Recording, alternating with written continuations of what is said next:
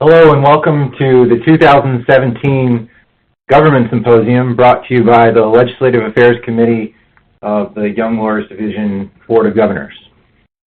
Before I introduce today's speakers and presenters and talk a little bit about the format for today's presentation, there are a few housekeeping items to go over. Attending this program entitles you to 3 CLE credits, including 1 ethics credit, 3 state and federal administration certificate credits. The CLE course code will be emailed to you just a few minutes after the completion of today's program. To earn those credits, you'll have to enter those CLE course code on your member profile on the Florida Bar website. At any point during today's presentation, you can submit questions to our presenters by typing those questions at the bottom of the screen, and our presenters will do their best to answer them throughout the presentation. For more information about the Florida Bar Young Lawyers Division's Legislative Affairs Committee, including webinars and archived presentations, please visit flayld.org. Our presentation today is brought to you by the Legislative Affairs Committee, which is co-chaired by me, John Dix, and by Nikki Fried. I am a litigator with the Tampa office of Ackerman, LLP, and Nikki, who will moderate one of the panels and participate in another of the panels, is the founder of Igniting Florida, LLC, and a member of the Board of Governors.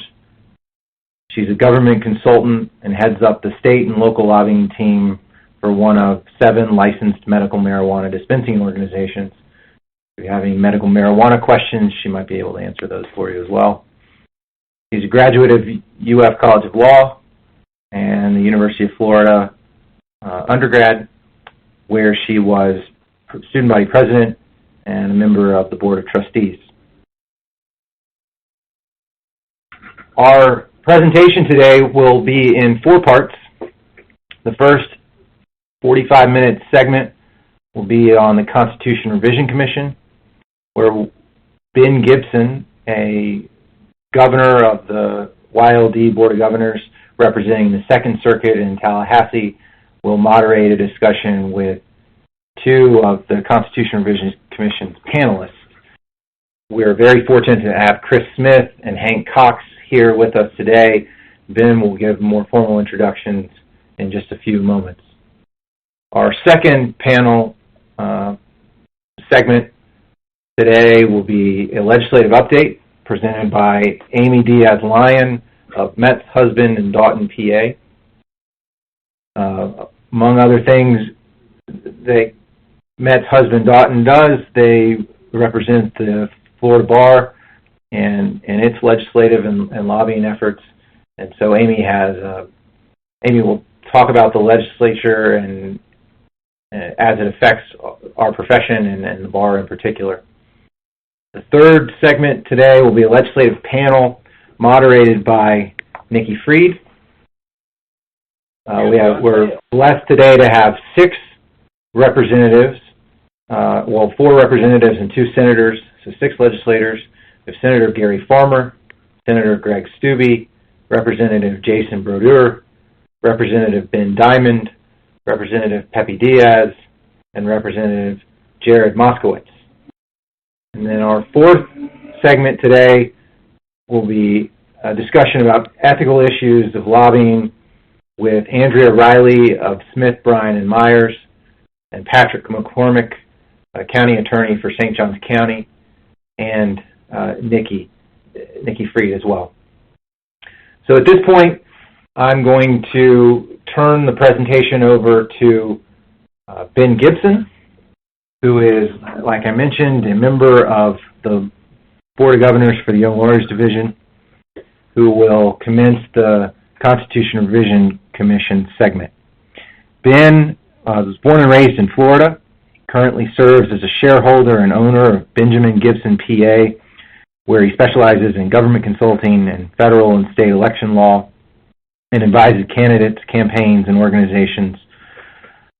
Prior to this, Ben served over 4 years as legal counsel to the governor, including serving as the Deputy General Counsel, where he handled legal issues involving numerous executive branch agencies, including providing legal counsel in the formation of the Constitution Revision Commission, which he's going to discuss today. Ben has served as legal counsel within the Florida House of Representatives. He's also, as I mentioned, served and is currently serving on the Florida Bar Young Lawyers Division Board of Governors, representing the 2nd Circuit, which is Tallahassee. Ben earned his undergraduate degree at the University of Florida and his law degree at Florida State, where he continues to live now in Tallahassee with his wife and 5-month-old son. So, Ben, the floor is all yours. Thanks so much, John. I appreciate it, and welcome everyone to the Government Symposium, this CLE. The first segment that I'm going to be moderating is an exciting one because there's it's very relevant today, but it's also historical, and that has to do with the Constitutional Revision Commission, and we're honored today to have 2 panelists, 2 members, current members of the commission, who will be joining us to talk to us a little bit about, what the makeup of the commission is, how the commission goes about its work, and what the end product is going to be that everyone, the voters of Florida, will have an opportunity to vote on in 2018. So first off, I want to see first if our panelists are there. We have current Commissioner and former Senator Smith, Chris Smith. Are you on the line? Yes. Great. Well, welcome, Senator. Appreciate you being here. Just for those of you who don't know Chris Smith, he has had a long and very successful career. He first started out as an active member, has been an active member of the Fort Lauderdale community throughout his legal career. He served as president of the Fort Lauderdale branch of the NAACP Youth Council and was later appointed to the City of Fort Lauderdale's Planning and Zoning Board, where he served as the youngest member. He went on to serve nearly 2 decades in the Florida legislature, and so he's going to be able to provide some great insight and perspective from the legislature as a former legislator, now on the Constitutional Revision Commission. He served as a Democratic leader in both the House and the Senate during the same time periods that President Negron served as Appropriations Chair in the House and Senate. And Senator Smith earned his undergraduate degree from Johnson C. Smith University in Charlotte, North Carolina, and his law degree from Florida State University College of Law. He was an appointee on the Constitutional Revision Commission by current Senate President Joe Negron. And now our other panelist is Hank Cox. Hank, are you on the line?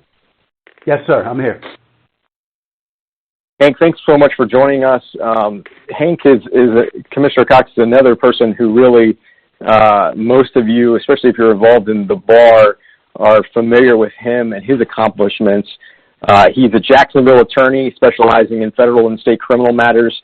He has served as president of the Florida Bar and, for those of you in Jacksonville, president of the Jacksonville Bar Association. He's also served on the JQC, the Judicial Qualifications Commission, which,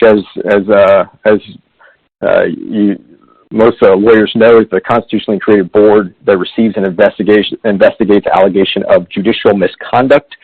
He has served on the Florida Supreme Court Innocence Commission and the Judicial Nominating Commissions for the 4th Judicial Circuit, as well as the 1st DCA. And if we sat here and went through all of the awards that these 2 gentlemen have earned and been recognized with over the years, we'll be here over the entire time. But it's safe to say, and I can say, that they are both extremely accomplished, and we're so happy to have both of them here with us today. Thank you, gentlemen, for joining us. Thank you. And I don't know if I mentioned this, but Hank is also an appointee of the Florida Supreme Court, so one of 3 members. This, as I mentioned, this commission is historic. It only happens once every 20 years. And so unless you were kind of around for the last time, a lot of people are, I think, unfamiliar with the process that the Constitution Revision Commission goes through, how its members are appointed. Could one of you maybe give a little bit of an overview of what the Constitution Revision Commission is from a high level, how it's made up, what's the work that it's tasked to do for our listeners? Well, I'll jump in. As we all are aware, there's three ways. Well, there's one way to change the Constitution or add an amendment is on the ballot. But in Florida, there's three ways of making it to that ballot. One is a petition initiative that we've seen, such as the class size, where you get enough signatures around the state, and you get to the ballot. Second is through the legislature, when 3/5 of the legislature vote on a measure, it can go to the ballot. And the third way is unique to Florida and a few other states. It was by our Constitution Revision Commission, as was mentioned, every 20 years come forth. We're appointed by the branches of government. The governor has a certain number of appointments. The president of the Senate, in which I was an appointee of, the Speaker of the House, and the Supreme Court has three, which Mr. Cox is in. And we're a diverse group of people as we've been meeting each other, from teachers to elected office holders to lawyers to business people. I brought together 36 of us to travel the state and listen to what should be on the ballot as an initiative. And we're tasked with coming up with different initiatives. Each year, each time that this has been done, there have been different numbers of amendments set forth, some small numbers and some large numbers. And so we're at this beginning stage now where we're getting to know each other, but getting to know Floridians and trying to figure out what should we do to enhance our Constitution. Yeah, and Hank, one thing that I think is kind of peculiar is that the direction for the Constitutional Revision Commission, it's all laid out in Article 11, Section 2, but there's not a whole lot of direction, right? It just says you're supposed to adopt your rules, convene, and hold public hearings and file some revisions. Yeah, and you're absolutely correct. And I'm going to call him Chris. I'm going to call you Chris because I can't deal with this idea. And the commission, we're supposed to call each other Commissioner Smith and Commissioner Cox. Let's abandon that for right now. But you're correct. The Article 11, Section 2 simply says that our responsibility is to, quote, examine the Constitution, end quote, and not later than 180 days prior to the next general election, quote, file with the custodian of state records any proposal or revisions we have. So the message or the mission seems fairly simple. The reality is anything but that because, as Chris knows, two things. One, we have already had maybe 8 or 9 or 10 visits to different urban areas in the state where we've heard from hundreds and hundreds of people as to what each of them thinks should be on the constitutional ballot or on the ballot for constitutional revision. But we have yet to have a meeting where we learn what our respective commissioners have in mind as to what ought to be on the ballot. And that is going to be as interesting as what we're hearing from the public. So I don't know. As Chris said, it appears to be a very disproportionate number of commissioners appointed by the different authorities.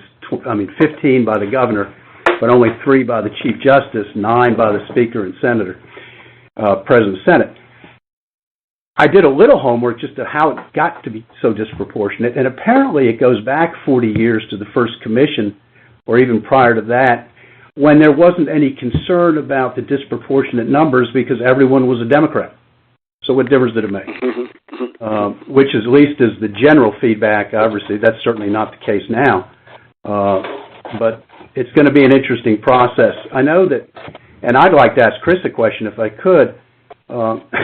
There's been some public suggestion that commissioners, depending upon the appointing authority, are coming with an agenda to accomplish a particular result. I think, Chris, you're a gubernatorial appointee. I think that's not true with the governor. And it's not true with the Chief Justice. And I haven't heard it. Is the Senate President appointee, right, Chris? I'm sorry, Senate President. And I think the problem came from public comments made by the Senate President and the Speaker of the House, in which they both talked about their willingness to make vouchers or educational opportunities a major issue for this commission. And the Speaker of the House did indicate that it was a quote-unquote litmus test for him appointing anyone, and the President of the Senate agreed with that. However, I can tell you from the standpoint of my being appointed, it was brought up during our interview, but it wasn't a litmus test, given my vast history of votes when it comes to public education and vouchers. But I think that's where the indication that some people do have an agenda, and I think that's caused a lot of concern with a lot of groups, because those two chamber leaders did state publicly in interviews that, yes, this is a major issue, and we're appointing people to push this major issue of ours. Got it. And what's interesting, too, Chris, you were appointed by, it's no secret, you're a Democrat. And had served in the legislature as a Democrat, as the Democratic leader. But you were appointed by the President of the Senate, who is a Republican. And I guess talk a little bit about the diversity of the makeup of the commission. Is that you have, although all of obviously the governor, the Senate President, and the Speaker of the House are currently Republicans. There were Democrats appointed to the commission, and there's also talk about the importance of having that difference of view, but then also the importance of different backgrounds. I mean, we're all lawyers here, but there's, as was mentioned earlier by Hank, the members of the commission are not all lawyers. They come from a multitude of different perspectives and backgrounds, ages, races, et cetera. Talk about the importance of all that. Well, I mean, and as Hank mentioned, we've traveled this state to a lot of the urban areas, and even just with the urban areas, we have seen the diversity of Florida. The things that people are bringing up as issues in Duval County were vastly different from those in Dade County, vastly different from those in Panama City. And with such a diverse state, I think it's necessary to have diversity of those that are, examining the Constitution. Now, when it came to the appointments, I would say I got appointed because the Senate President, we kind of had a lot of heated discussions as a Senate that his appointment should show some diversity. And what we were talking about was more diversity of thought. That, okay, everyone's a Republican, but if you're the Senate President and you're doing this appointment on the Senate, all 40 members aren't Republicans, and so you should do some diversity in your appointments, and I think that's how I got in on that. But as Hank mentioned earlier, when it comes to diversity of thought, it's hard to really find that now because we haven't spoken as a commission yet. We've sat and listened a lot, and I mean, Sunshine Law, I understand, but there have been a few side conversations about other issues, during our breaks and everything. And I'm looking and hopefully excited to see a diversity of thought when it comes to the different issues that we'll talk about later, the different things that we're forced to tackle. And there are some lawyers, I think a good number of lawyers on there, which I think will help in thinking through the issues, the critical issues that we're going to face. But there is a cornucopia of backgrounds that are on this commission right now. And as we move forward and start listening to each other discuss these issues more, we'll find out where that diversity breaks down when it comes to these issues. Yeah, and just if I could echo something Chris said, that if you use the Chief Justice's 3 appointments, there's certainly no question that they're diverse in one respect. You've got an African-American woman, an Hispanic male, and a white male. But Chris's point, I think, is well taken. As we get to know each other, the question is how diverse are the backgrounds of the particular people, whether they're attorneys or bankers or educational people, because at first blush, you would look at the composition and say there sure are an awful lot of education people on this commission from the different appointing authorities. Now, is that a message? Does that mean that we're going to deal with some serious educational issues? I suspect we will. But so there's, in my judgment, I suspect Chris agrees, there's more to just the surface diversity here. When we get to know each other, we're going to find out. Where is the commission? The commission is still within its infancy, right? It was the Constitution provides that it had to actually be established within 30 days before the beginning of the 2017 regular session. So the commission was appointed, and you've done some public hearings, but where are you at right now on the timeline of your work? Where are we at right now? Chris, do you want me to go first? Sure. I think, Ben, that we have crossed the big hurdle, and that is adopting rules that are going to govern the rest of the process. We had, it may have been close to 10 separate public hearings, several hours each around the state, but we didn't have rules in place to guide us other than each person got 2 minutes and the commissioners could not ask questions, et cetera. The advantage of rules now is everyone knows how it's going to proceed from here, number one. Number two, the benefit of rules is to give the public a level of confidence that they know how we're going to conduct ourselves. And the other purpose of having the rules is to ensure to the extent you can in any process that it's fair and open. So I think that's, we're over the big hurdle now, and we haven't had any meetings since we adopted the rules, I guess, which was in Orlando a week and a half ago. I think, Chris, is that right? Yes.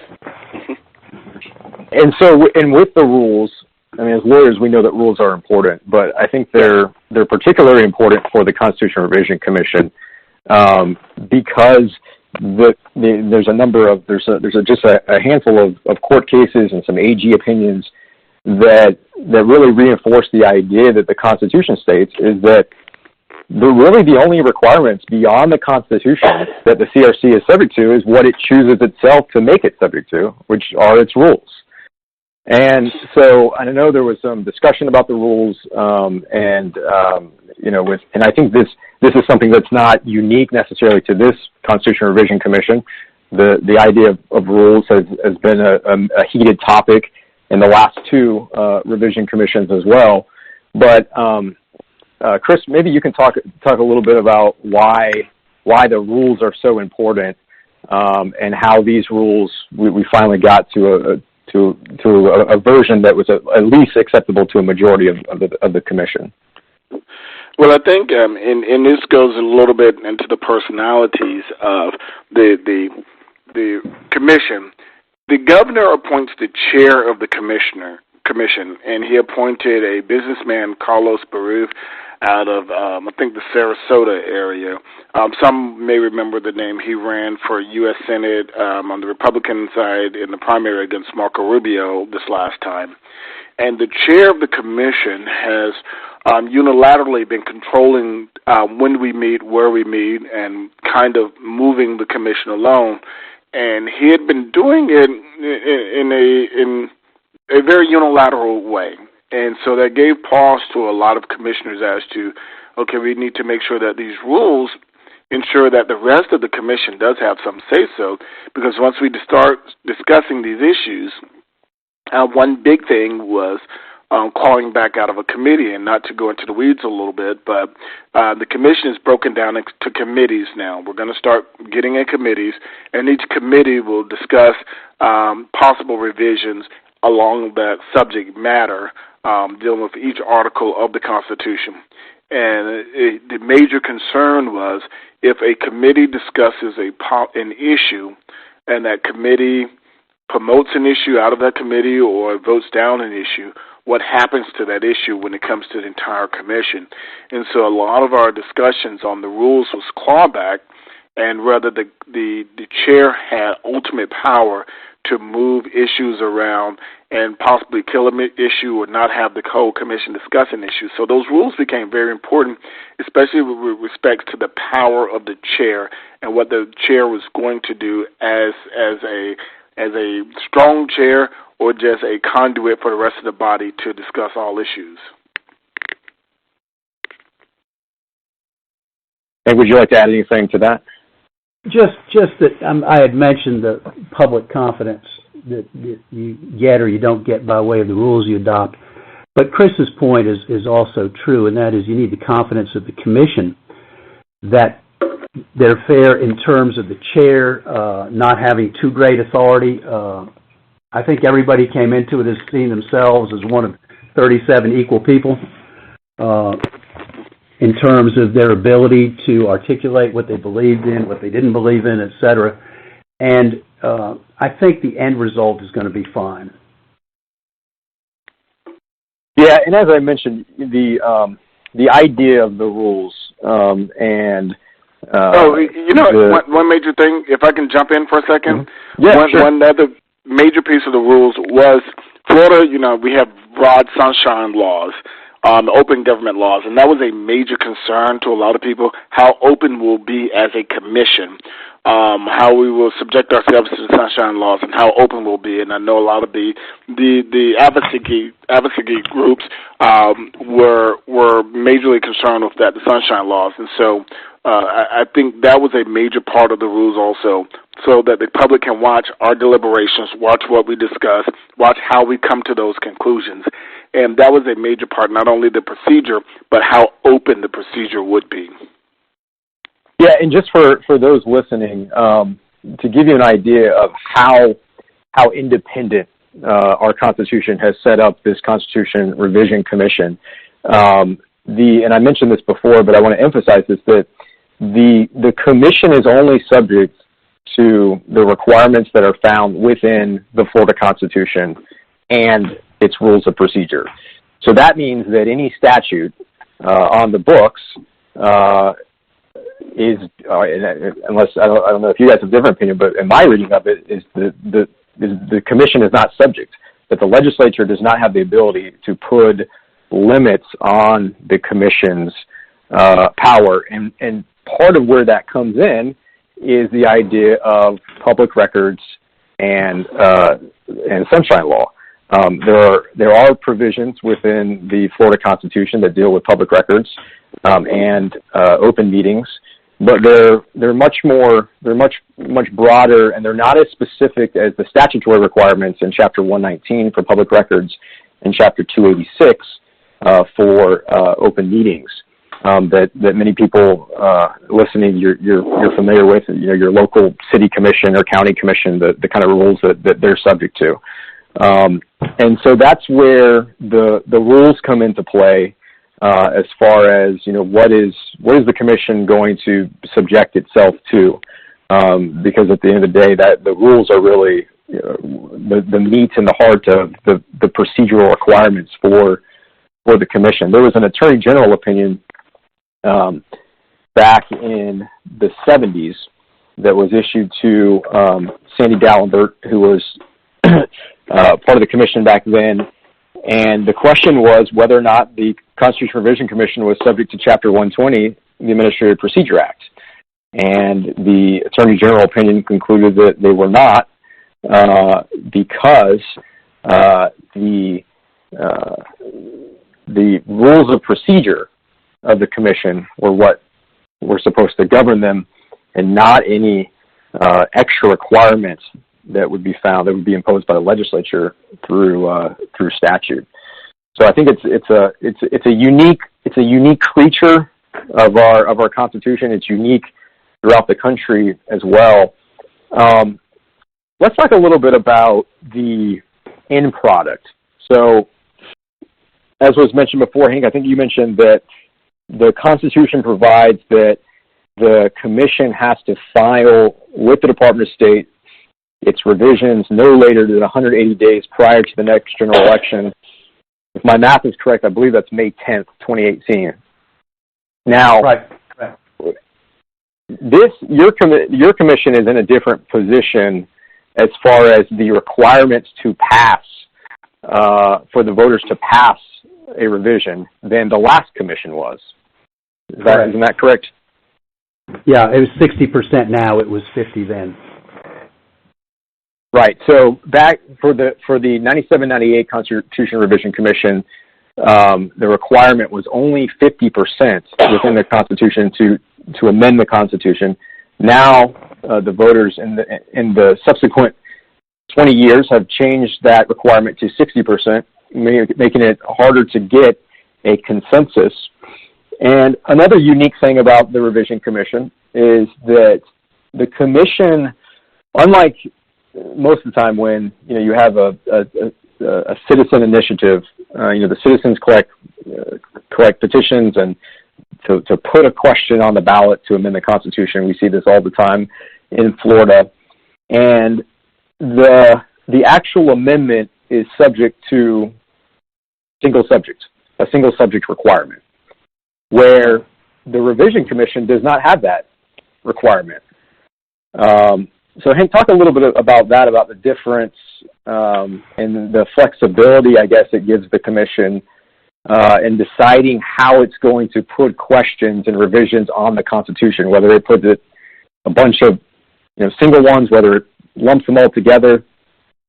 Talk a little bit about the difference there. Well, I think what you're talking about is, to a large extent, why the media repeatedly refers to the Commission as, quote, powerful. I assume that that's because, in large part, the Commission and the proposals are not hamstrung, for lack of a better term. I'm not sure that hamstrung is the right word, because they're probably good restrictions on amendments getting onto the ballot. But as you say, the single subject provision doesn't find itself in Section 2 of Article 11. It is in Section 3 under the initiative. But I want to say something about the 60%. One of the conversations that often takes place is, what is the responsibility of a commissioner when it comes down to crunch time and to decide whether something should or should not be on the ballot, or whether something in the Constitution should not be modified or repealed, which is a sense of whether 60% of Floridians would support what the Commission proposes.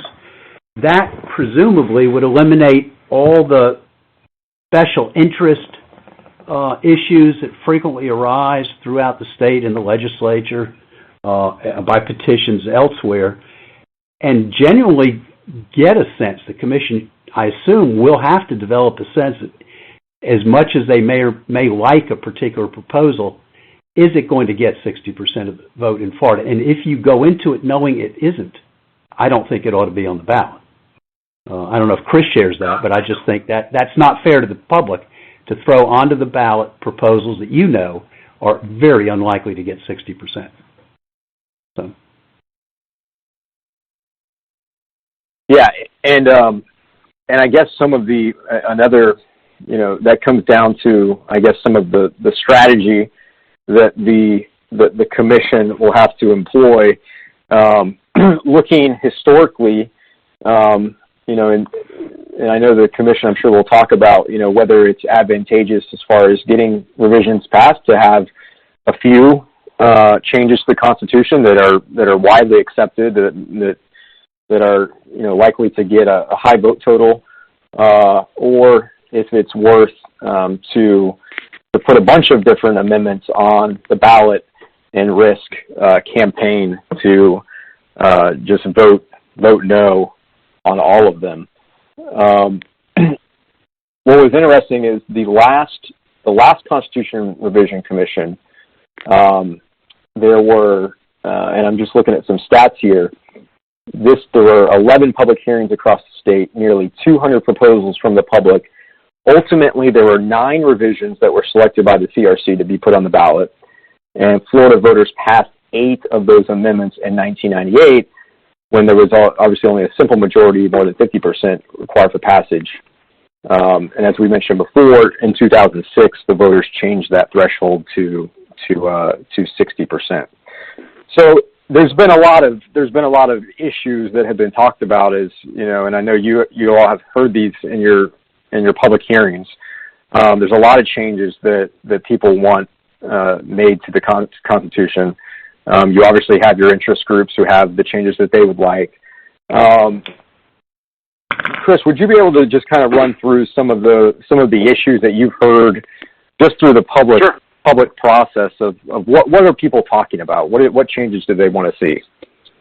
Well, we get the same issues as we've traveled the state. And let me just preface by saying there's some groups we understand that send people to our public meetings, and you can tell by the nature of their comments, they're basically saying the same thing. But it's still the same issues where we've gone all through the state. The first, as Hank mentioned, is education. Education. Right now in the Constitution, we have the Blaine Amendment, which prohibits the state from directly giving money to religious institutions. And that is seen as a deterrent from the state expanding vouchers to private religious schools. And so we're getting a lot of discussion about taking out the Blaine Amendment and expanding the ability to do vouchers in the state of Florida. And there's been both sides on that. The second issue is dealing with the privacy clause. As you know, Florida passed a constitutional amendment regarding privacy, and Justice Leander Shawn, writing an opinion regarding abortion, that privacy clause in his decisions. And so we're getting a lot of people coming and talking about that, either keeping it in place or further limiting and explaining the privacy clause as only dealing with documents or such. The third thing I think that come up is the automatic restoration of rights of former felons. We're getting a lot of discussion regarding changing the Constitution to allow some type of automatic restoration. And the fourth, and I'll say the last one before I turn it over to Hank, seems to go around elections and voting. And the two issues are open primaries, so that the growing number of independents can vote in our primary elections, which in a lot of parts of the state is the election for some offices, as well as an independent redistricting council. Those seems to be the four major groups that I'm hearing: restoration of rights, election laws, Blaine Amendment when it comes to education, and privacy issues. Yeah. And I would, Ben, I would add one to what Chris says that I think we've heard a lot about, and that is that a lot of people, especially who are employed by or associated with local governments, what they say is, we haven't studied yet, but they say they're very concerned about legislative infringement on home rule prerogative. So every one place we've been to, we frequently hear from either city attorneys or mayors or council people or commissioners from those jurisdictions strongly looking to what I would call the argument to recapture home rule in Florida. But Chris, you would know best on that issue. And another issue that I should bring up, especially on this call, we've had a lot of discussion regarding judicial retirement, increasing the retirement age for judges, and some even bringing up judicial term limits. And so that's been a slight discussion also dealing with judiciary. Right. Yeah, I know these are all issues that members of the bar will want to be closely watching, because they can not only affect us as citizens, but as lawyers too. Just a reminder that if you'd like to ask a question, you can submit this. You can type this at the bottom of your page on the online portal. Here's a question that was submitted by a young lawyer, and this is a great question. And I don't know if this has been developed yet on the commission, but what is if somebody from the public wants to submit an idea to change the Constitution, how do they do that, and then what's the process for reviewing that idea on the commission? Yeah, we have a great website. Let me give out that website because I've given it out wrong so many times. I finally got it right. It's FLCRC, as in Florida CRC, Frank, Larry, Chris, Robert, Chris, .gov. And that's important, is .gov, not .com or .org. .org is the Carpenters Union. I've given that out too many times. So if you go to that website, flcrc.gov, there's ways to submit, and a lot of Floridians have submitted to that website. And the process is once we start meeting in committees, to start reviewing those different submittals to that website.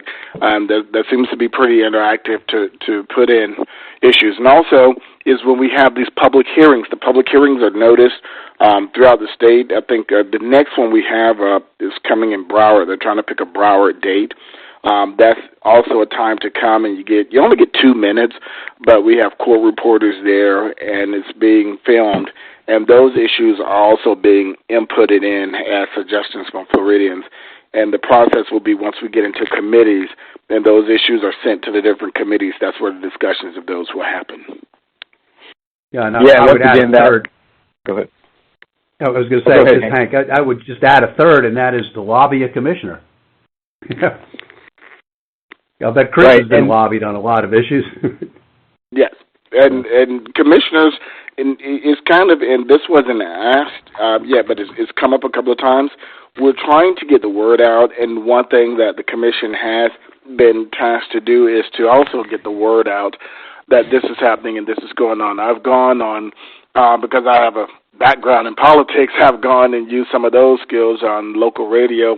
I've gone to interest groups, spoken in front of chambers and stuff about this, and have been taking good notes from feedback and submitting it myself. And there's commissioners from all over the state, wherever you are, to reach out to one of them. And I know a lot of us are reaching out and going to organizations and going to places and talking about it and taking input then. Chris, this is Nikki. I just have a quick question I want to interject. We're just talking about you all being lobbied.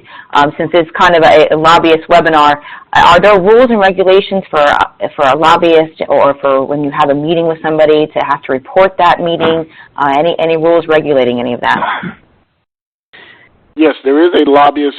You have to register if you're a paid lobbyist on an issue, you do have to register, and I think there's a link on the website, that flcrc.gov website. If you're a paid lobbyist on an issue, you do have to register as a lobbyist as you talk to commissioners about that issue. And Hank can maybe hit this. If you're just average citizen with an idea, I don't think that there's the same requirement. No, I don't think there is. But you've got a different dynamic at play, though.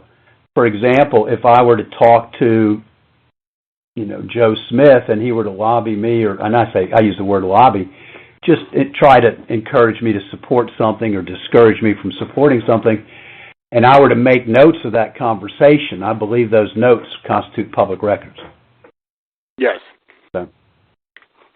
Yeah, and the registration for, if you want to register to be a lobbyist, you're required, as Nikki mentioned, you're required to do it if you're receiving compensation for your lobbying. So if you are just lobbying out of your own interest or as a concerned citizen, you're not required to register. However, if you're being compensated by somebody, you would need to register as a lobbyist, and you would do that through the Florida Commission on Ethics and their lobbyist registration.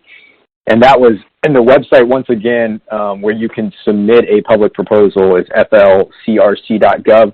One of the unique things about this commission, as opposed to the previous commissions, is that technology obviously has advanced a lot since the last one, and the CRC has online submissions. They also have a Twitter account, which is at Florida, all spelled out, FLORIDA CRC. They also have an Instagram account at Florida, all spelled out, CRC, and they have a Facebook account at Florida, all spelled out, CRC. So there's many ways that the commission is trying to get the word out. As we kind of wrap up here, do either of you have any sort of final thoughts about what you hope to accomplish on the commission and how what you're hopeful for the commission to complete its work leading into next year? Well, go ahead, Hank. No, I was going to say my answer probably isn't what you're anticipating, but I don't know the answer to the question because there are so many issues that I will be the first to admit I don't fully understand. and I'm looking forward to learning about them. And so there may be an issue I haven't really given much thought to that would be significant enough to be put on the ballot. And so I'm looking forward to hearing it. Somebody, I did hear one person suggest that the most successful commission would be one that did nothing and didn't put anything on the ballot, one way or the other. But I don't think that's likely. That's just one person's thought, I heard. I'm looking so forward to the interplay amongst commissioners. It's kind of strange. We've been traveling for 6 months, for about 4 months, and we've been sitting next to each other and having lunch with each other, but haven't really discussed issues. And so I'm looking forward to sitting down and seeing who's where on different issues and what are people's thought pattern on issues. And I've made it no bones about it. One issue I'm very interested in is the restoration of rights. I filed a lot of legislation on that through the years, and I look forward to the discussion amongst the commissioners about the restoration of former felons' rights issue, and interested to see how the education issue comes out. As Hank mentioned earlier, there's a lot of education minds on this thing, and just interested to see how it's going to turn out. Yeah, and it is amazing how Florida is a very diverse state, from the Panhandle all the way down to the Keys. The issues that we face are many, and they're diverse, and you can see among the makeup of the commission Florida's diversity, and I know that we're all hoping that you'll be successl in addressing some of these big issues, as Florida is now the third largest state in the nation, and this is truly a historic opportunity. So I want to thank both of you for joining us on this call, and thank you so much for your service and for the insights that you provided today. We really appreciate it. Privilege. Thank you. All right. Great. All right. Thank you. All right. Thank you so much. I just wanted, before I get Ben off of the hook, could you possibly, Ben, just kind of go back through, just make sure everybody is aware of some of the high-level timelines between now and the November 28th of deadlines that people should be aware of, whether it's when they need to get things to the Supreme Court, whether for public comments, or the last deadline for public to submit any recommendations? Yeah, great questions, Nikki. The timeline for the commission is really set out. The start and end dates are mandated by the Constitution.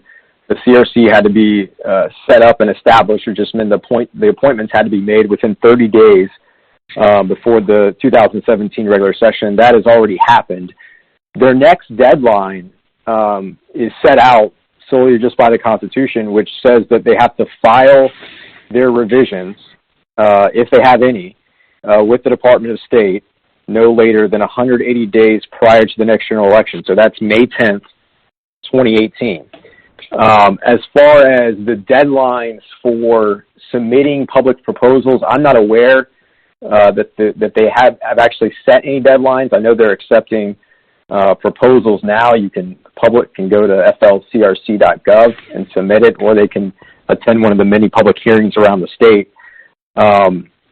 And from there, the commission will have a process internally where the public proposals, if it's working the same way it has worked in the past, will be referred to some substantive committees, and then there will be vote requirements for actually, getting it through the committee process and to actually be adopted finally by the CRC. It's not uncommon for a lot of submissions to be sent up. The 97-98 commission received over 200, and they put 9 on the ballot. But that's generally the process. After the May 10th deadline, presumably there's no automatic challenge or review by the Supreme Court like there is the initiative process. But we'll see if there's creative lawyers who will try to bring a challenge. Remember that the most common way to bring a challenge, though, is that it violates single subject, and the Constitutional Revision Commission is not subject to those requirements. Fantastic. Well, thank you again, Ben, for participating today and moderating that I think, very insightful panel. And just for all of our listeners, just a final to go back, if you want some additional information on the CRC and kind of where they're going and to get who the commissioners and the issues and their public notices, you can either visit a couple of different sites. One is the flcrc.gov. You also have Revise Florida, which is REVISEFL.com. And, of course, the Young Lawyers Board of Governors, we have also on our website constant information, which is www.flayld.com. So thank you again to all of our participants. And now we are moving on to our next presentation, which is from Amy Diaz-Mayan. Amy is an attorney with the law firm of Metz, Husband & Doughton, with over 18 years of experience in legislative and government affairs. She represents clients in the legislative and executive branches of Florida government, including regulatory boards and commissions, with an emphasis on healthcare and judiciary issues. Prior to joining Metz, Husband & Doughton, Amy served for 7 years as legislative counsel for a statewide legal association. She received her JD from Florida State University and her bachelor's in government and Spanish from Dartmouth College. Welcome, Amy, and the presentations are yours. Thank you, Nikki, for that wonderful introduction. Can you all hear me? Nikki, can you hear me? Clear. Okay, great. Well, good afternoon, everyone. As Nikki mentioned, here at Metz, Husband & Doughton, we have the distinct honor of representing the Florida Bar. So for the next 20 minutes, I hope not to bore you, but I hope to share with you some of the legislative activities that the Florida Bar worked on during the 2017 legislative session. You see here on the first slide that the legislative activities of the Florida Bar are primarily influenced by the rules regulating the Florida Bar as promulgated by the Florida Supreme Court and specific court decisions that have explored the rights of individual members of unified state bars like we have here in Florida. And so as a mandatory bar, the Florida Bar may only advocate legislative or political positions that are true to its chartered purposes, and we always like to say to improve the administrative of justice and to advance the science of jurisprudence.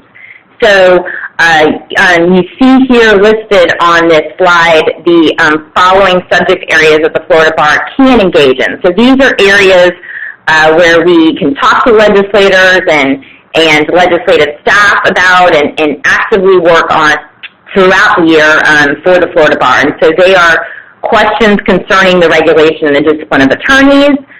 They are matters relating to the improvement of the functionality of the courts, the judicial efficacy and efficiency, increasing the availability of legal services to society, regulation of attorney-client trust accounts, and, of course, the education, ethics, competence, integrity, and regulation of the legal profession.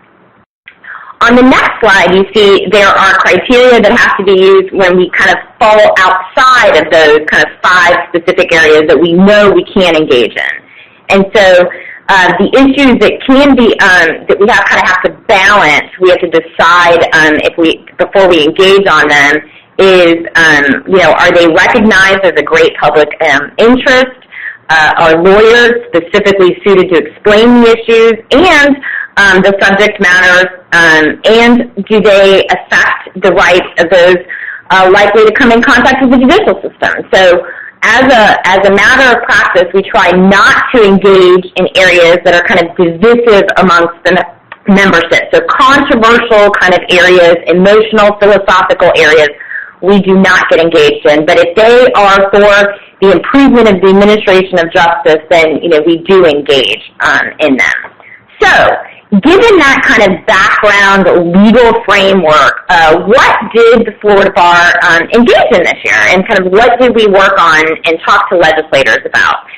You see here kind of 4 big bar areas, and I like to say the big bar, but you see here kind of 4 areas that we did work on. Court funding, of course, we work on every year, bar dues, legislative term limits, you may have heard about that, and legislative review of judicial rulings. So we'll start with the appropriations process and kind of court funding. The budget is really the only the bill that the legislature has to pass every year. So we get thousands of bills filed, 2,000 to 3,000 bills will get filed by the legislature every year, and the legislature spends an exorbitant amount of time kind of hearing those issues and passing those bills or not passing those bills. But on a separate track, they have a complete kind of appropriations process. And so we work with the legislators, legislative staff, the court throughout that process, specifically on court funding issues, because there's something that always kind of impacts the members. Making sure that the courts are adequately funded so that they operate effective and efficiently is important to you all as you all practice before these courts and need your cases to kind of go through effectively and efficiently. So we work on court funding issues, and I'm happy to report this year the courts were adequately and stably funded, so that's good news. The other issues that we work on often are raises for court employees and state government employees and judges and justices and state attorneys and public defenders. And I am pleased to announce we actually have an update to this slide. The governor last week did sign the bill that allowed for pay raises for state employees and judges, justices, public defenders, and state attorneys. And you'll see here, I won't go through the actual amounts, but you'll see that there's an increase in each of those categories to individuals that will be effective October 1st, 2017 this year. Those raises will go into effect. So that's something we're real excited about. If we haven't seen raises for judges and justices and public defenders and state attorneys in a long time. We also haven't seen raises in several years for state and government employees. Many of you all maybe some of those. So good news there. Another budget item that the bar worked on, and we work on every year, is permissive language in the budget that allows each state agency, at the discretion of the agency head, to expend funds for bar dues and CLEs for government lawyers. And a little plug and thanks to Representative Sitzenhagen, who championed this issue this year, filed the bill, and really helped us get it funded. And so I'm happy to announce that it was included in the final appropriations budget package. And so for any of you all that work, for example, in the executive branch, your agency head or secretary has the ability at their discretion to pay for your bar dues and for any CLEs for you. So again, that's something we work on, and we're pleased that that was put into the final budget. Finally, I want to talk a little bit about some budget issues that did not make it into the final budget. All of these, I think, are going to be back next year, so I wanted to take a minute and talk about them. The first you see here is the trial court technology plan for approximately $14 million. The judicial branch requested these dollars for upgrade in technology to the trial courts. It's desperately needed. The Senate did fund that issue, but ultimately the House did not agree with the language, and so it was not included in the final budget. We do anticipate, because I think the need will probably still exist next year, that the judicial branch will once again be asking for that increase in the trial court technology plan and asking the Florida Bar to assist in trying to get that funded again to improve the efficiency of the court system. Another issue, the second issue you see here that was discussed during the legislative session, was a budget-neutral performance pay model for judges. And this is interesting, but the House, it was a House proposal, and in essence, it was budget neutral, but it would have paid judges based on a certain criteria of list. For example, how fast the case got disposed of. That pay for performance model did not pass, but it got a lot of attention in the House. So again, I do anticipate that it will be back next year. So stay tuned on that. The third budget item, again, which didn't pass, but we anticipate next year, is the reduction in accrual rates for judges and justices. This year, the proposal was to reduce it from 3.3 to 3. Don't know what it'll be next year, but the retirement issues is something that the House and Senate pay particular attention to because of the budgetary impacts. And so retirement is something that's discussed every year and will impact, obviously, members of the judiciary, so we watch it pretty closely. So moving from the budget to actual bills filed during the legislative session, you may have heard about the Judicial Term Limits Bill and House Joint Resolution 1, and yes, that's right, that would be number 1, actually was filed by Representative Sullivan this year, and House Joint Resolution 482 by Senator Hudson. It's no secret, however, that this is a top priority for Speaker Corcoran. He's publicly talked about it and really believes in this, and so we anticipate that while it didn't pass this year, we're going to see it again next year. In essence, it was a constitutional amendment that provides that a justice or a DCA judge cannot appear on a ballot or for retention if he or she has served more than 12 years in the same office. So, in essence, a 12-year term limits cap. The bill did pass the House by a vote of 73 to 46, but did not get a hearing in the Senate Judiciary Committee, and so the bill ultimately died. We do anticipate that the bill will be back again next year, as I mentioned, so it's something that the Florida Bar has taken official position on and in opposition to the Judicial Term Limits Bill. Many of the sections, I know, including the YLD and almost all of the sections of the Bar have taken an official position in opposition, so it's something that collectively we have all been working on throughout the legislative session and anticipate continuing to work on that. Is if it's an issue that you care deeply about and you're interested in helping on the issue, please feel free to give me a call or any of us on the call, Nikki, a call, and we can get you plugged in. One other constitutional amendment that I wanted to talk about briefly, because we again are going to see it, I think, next year, and we may see either of these two issues, I should mention, before the CRC. Senator Smith, I think, mentioned that the judicial term limits has been brought up before the CRC. This bill, the judicial rulings bill by Representative Gonzalez, may also be brought up before the CRC, but again, he feels pretty passionately about it, so we're going to see it next year. And in essence, what it does is it allows the legislature to come back in and declare a law or legislation active or basically operational after it has been declared void by a court. So a court, Supreme Court, DCA, declares a rule unconstitutional, the legislature can come back in and declare that it is actively active. The Big Bar, again, has a position against this issue, and we have been actively working with Representative Gonzalez and Senator Perry and other legislators against that constitutional amendment. I'd also like to mention kind of other policy issues that impacted the judicial branch this year that we may not have had like an official position on, but again, we were either watching or working on.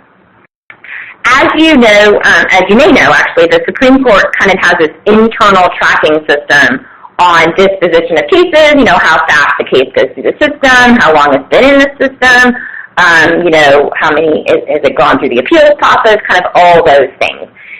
Several legislators wanted to bring a little bit more visibility into that legislation, that kind of system, and mirror kind of more of the systems that they have internally. And so legislation was filed this year by Representative White and Senator Lee that would require specific areas to actually be reported to the legislature kind of more frequently and kind of more in-depth than I think what the internal Supreme Court tracking system has right now. And so there's been a lot of discussion on the disposition of cases and these reporting requirements. The language not only was filed in bills, but was amended to several bills throughout the legislative process, even at the end. It ultimately did not pass, but again, we anticipate seeing this legislation next year. Another issue deals with the death penalty.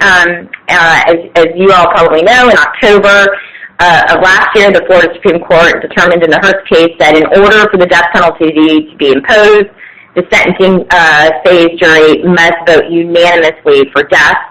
So the legislature actually passed Senate Bill 280 by Senator Bracey requiring unanimity in the jury vote for death, and the bill is actually currently law because the governor did sign it. So Senate Bill 280 is effective as we speak. I know you all have had a lot of discussion already on the Constitutional Revision Commission, but I wanted to talk a little bit about the Florida Bar and its role in the CRC. As many of you all know, President Schifino is one of the commissioners, so we're really excited about that. The Florida Bar, throughout the last two commissions, and we hope this year, has played kind of a significant role in the commission, offering itself as a resource to the commission and to commissioners, and we are doing that right now. The Florida Bar has a website. I know you all have the YLD website, and we've talked about the CRC website, but the Florida Bar has a website as well that you can go to. We are working with the commission again and offering, any resources that we may have, any expertise that we may have. And so as we move through the legislative process, I hope you will also kind of go to the bar's website, and you'll see the CRC's website, which I know Senator Smith and Ben and everybody have already listed, but I think they're great resources. If you've got questions about the CRC process, feel free to give us a call if you don't find the answers on the website, and we can kind of hook you up with the right folks. I also wanted to mention kind of important upcoming dates in the legislative process, because they're a little bit different this year than they traditionally are. The first deadline that's coming right up is August 1st, and that is the deadline for filing claims bills. And so we're going to start seeing bills filed here in the next 2 months.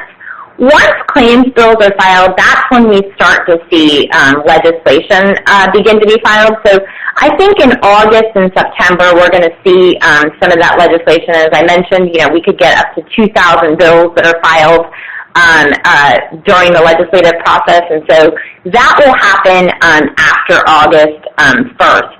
In the fall is when we traditionally see committee weeks. We have not, those committee dates, you'll see a TBD there, have not been released, but traditionally they start in September. Usually, everybody finishes the summer, the kids go back to school, and so the legislature will kind of start rocking and rolling in September.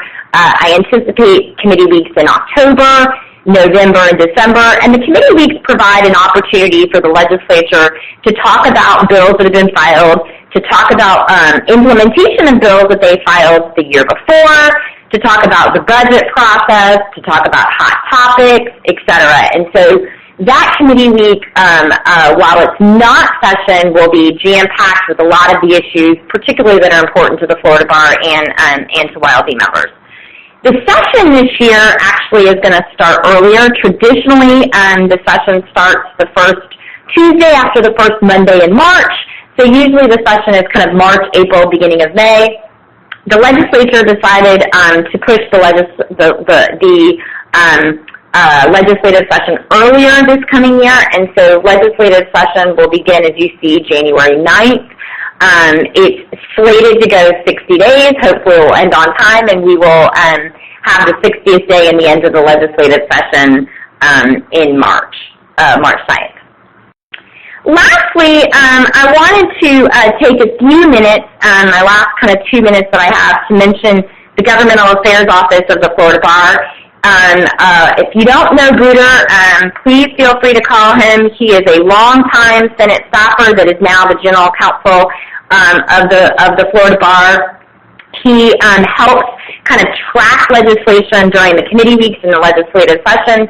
There's a great website on the bar that lists kind of all legislation by topic areas. So if you're interested in criminal law or business law or family law, you can kind of go on there and track legislation and kind of see what's happening.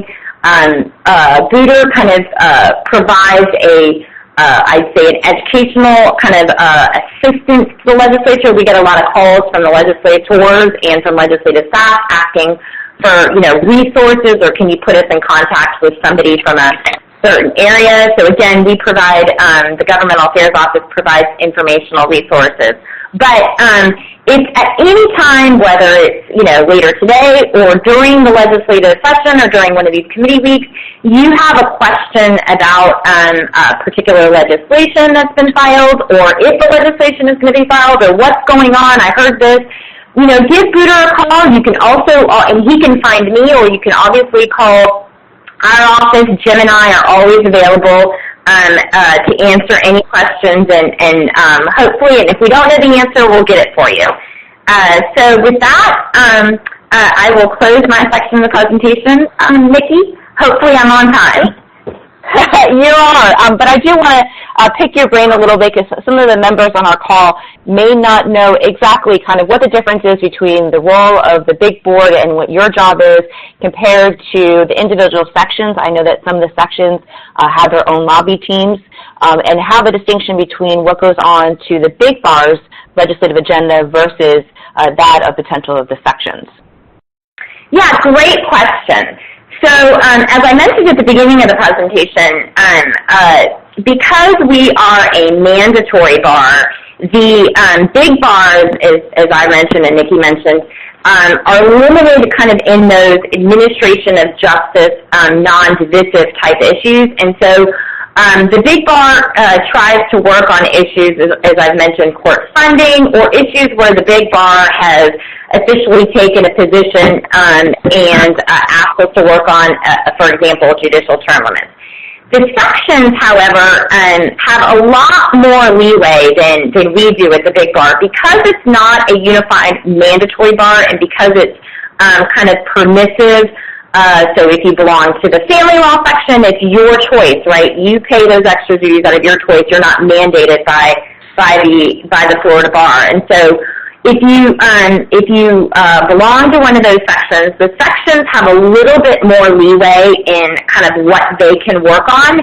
And so they still have to go through a process where they get official approval from the big bar to work on those issues. But you will see that lobbyists for the reptiles or the family law or any of the, or if you are a member and you're kind of talking to legislators, you have a lot more leeway, and particularly within your own kind of area of expertise. So, criminal law, you're able to do a lot more in the criminal law section or in the criminal law issues areas than you would be in the big bar. And we try, I will mention, there's great coordination between the big bar and the YLD and the sections. So we try throughout the legislative session to be in constant communication with the chairs, the legislative chairs of the sections, as well as the 5 or 6 sections that actually have lobbyists. And we get together, get together in meetings, we share our topics, we hear what's going on, and so while we're definitely coordinating, you're right, Nikki, the sections have a little bit more leeway than we do. Great question. Yeah, fantastic. Well, I appreciate your time today, Amy, and I look forward to seeing you back in Tallahassee. Okay, great. Thank you, everyone. Thank you. Now, moving on to the most typically entertaining portion of our webinar is our legislative panel. And on today, first starting off, we have Representative Jared Moskowitz, who represents the 97th District, which includes Coral Springs in the northern part of Broward County, where he was first elected in 2012, and went to George Washington University for his undergrad and received his JD from Nova Southeastern. He is currently the minority ranking member of the Appropriations Committee and also sits on the Criminal Justice Subcommittee. Welcome, Representative Moskowitz. We also have on the phone Thank you. We also have on the phone Representative Ben Diamond from District 68, which is in the St. Petersburg area. Ben was also a past member of this Young Lawyers Board of Governors, where he also received his undergrad from Yale University and his JD from the University of Florida, where he was editor-in-chief of Florida Law Review and was first elected in 2016. Welcome, Representative Diamond. Thanks. We also have, thanks, Ben. Also on the phone, we have Representative Jason Broder, who has been serving since 2010, actually, in the House, but in his current district since 2012, which is part of Seminole County. He went to the University of Florida for both his undergraduate degree and his MBA. He also is the current chair of the Healthcare Appropriations Subcommittee. Welcome, Representative Broder. Nobody told me Moskowitz was going to be on this call, so I need an honorarium. Does that change your opinion about being part of the panel? Without me being on the call, very excited to join the call. We also have on the call is Representative Jose Pepe Diaz. Representative Diaz has since resigned from the Florida House in this past month in order to run in a special election for the Senate. For the last few years, he served as the powerful chairman of the Regulatory Committee. He went to the University of Miami for undergrad and Columbia Law School. Welcome, Representative Diaz. Thank you. Thank you. We also have on the call Senator Greg Steube, who is currently representing the 23rd District, which encompasses Sarasota and West Charlotte counties. He previously served 3 terms in the Florida House, representing also Sarasota and Manatee from 2010 to 2016. He went to the University of Florida for both undergraduate and his law degree, and he currently serves as chair of the Senate Judiciary Committee. Welcome, Senator Steube. Yep, thanks for having me. And last but not least, we have Senator Gary Farmer. Senator Farmer was also just recently elected into the Senate, where he went to law school at Toledo College and went to Florida State University for his undergraduate degree. He currently serves on the Senate's Education, Banking and Insurance, and numerous appropriations subcommittees. Welcome, Senator Farmer. Good afternoon, everybody. Thanks, Nicole. Absolutely. Well, to start this off, I would probably imagine that most Floridians are kind of confused about what happened last week. They didn't really know and understand what a special session is, how it gets called, and some of the issues that may have been addressed in special session. So I'm going to kick this off, starting off with Representative Broder. If you can kind of give us a lay of the land of how we got to a special session, why it was called, and kind of some of the things that were addressed during special session. Sure. Thank you. Easy one. Thanks for having all of us on today. There's a lot of us on the phone, so I'm not going to steal too much thunder. I'll give you a brief overview. Every year, Florida is constitutionally required to pass a budget, and for those things that may be left over, the governor may call a special session, or the 2 presiding officers may call a special session. During regular session, which, as was described to you in the last segment, runs 60 days after the first Tuesday, after the first Monday in March, we fulfilled our constitutional requirement. We passed an $82.1 billion budget this year. We made sure there was tax relief. We stuck to some of the House principles. I'm sure Senator Farmer will have some other opinions, as well as my colleagues in the House.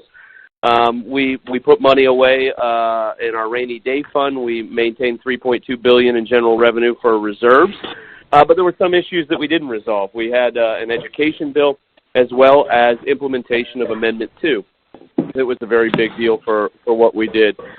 We had a plan. It kind of fell apart during the regular session, and so we got together during the special, and within those 3 days, we're able to button up everything else that was kind of hanging over that we didn't finish during the normal 60-day session. That's not usual. Sometimes it happens, but if we get the decisions right, it's okay. And going off of that, I'll let either Senator Steube or Senator Farmer kind of give the Senate's perspective and some of the big issues or concerns that were happening during special session. Go ahead, Gary. I know you're just biting at the bit to talk. Well, anybody who's been following my Twitter feed, I guess, knows where I'm at on this. No, it was, what was disappointing in my view was the way this education, K through 12 education bill came down. It wasn't even released until after what was the end of our scheduled regular session. It basically got forced through the Senate as part of the overall deal/non-deal that the presiding officers and the governor did or did not enter into. And it was just, I guess, I say it's disappointing because when you take a 6-page bill that's limited to teacher bonuses and you cram into it the subject matter of 55 separate bills, some of which had been defeated in committee or were languishing in committee because they did not have the votes to get out of committee, it seems to me that the process was a little bit bent, if you will, or changed in a result-oriented way.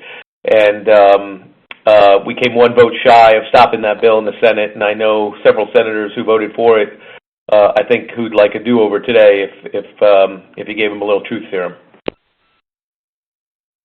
I'll open this up if anybody else wants to interject into special session comments or their opinion of what went down. I will leave that open to anybody who feels that they want to interject at this moment on that issue.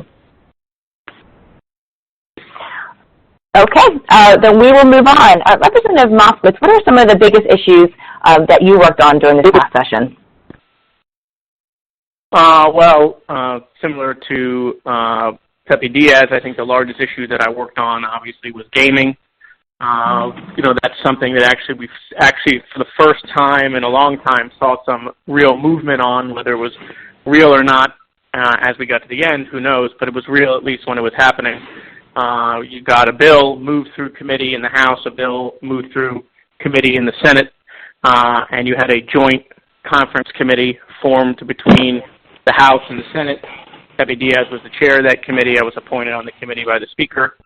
And we entertained a lot of different concepts. There was a lot of agreement on a lot of concepts, but I think the disagreement on still some of the main issues between the House and the Senate that have existed now for not months but years is what kept us from a deal, and what unfortunately will probably continue to keep us from a deal.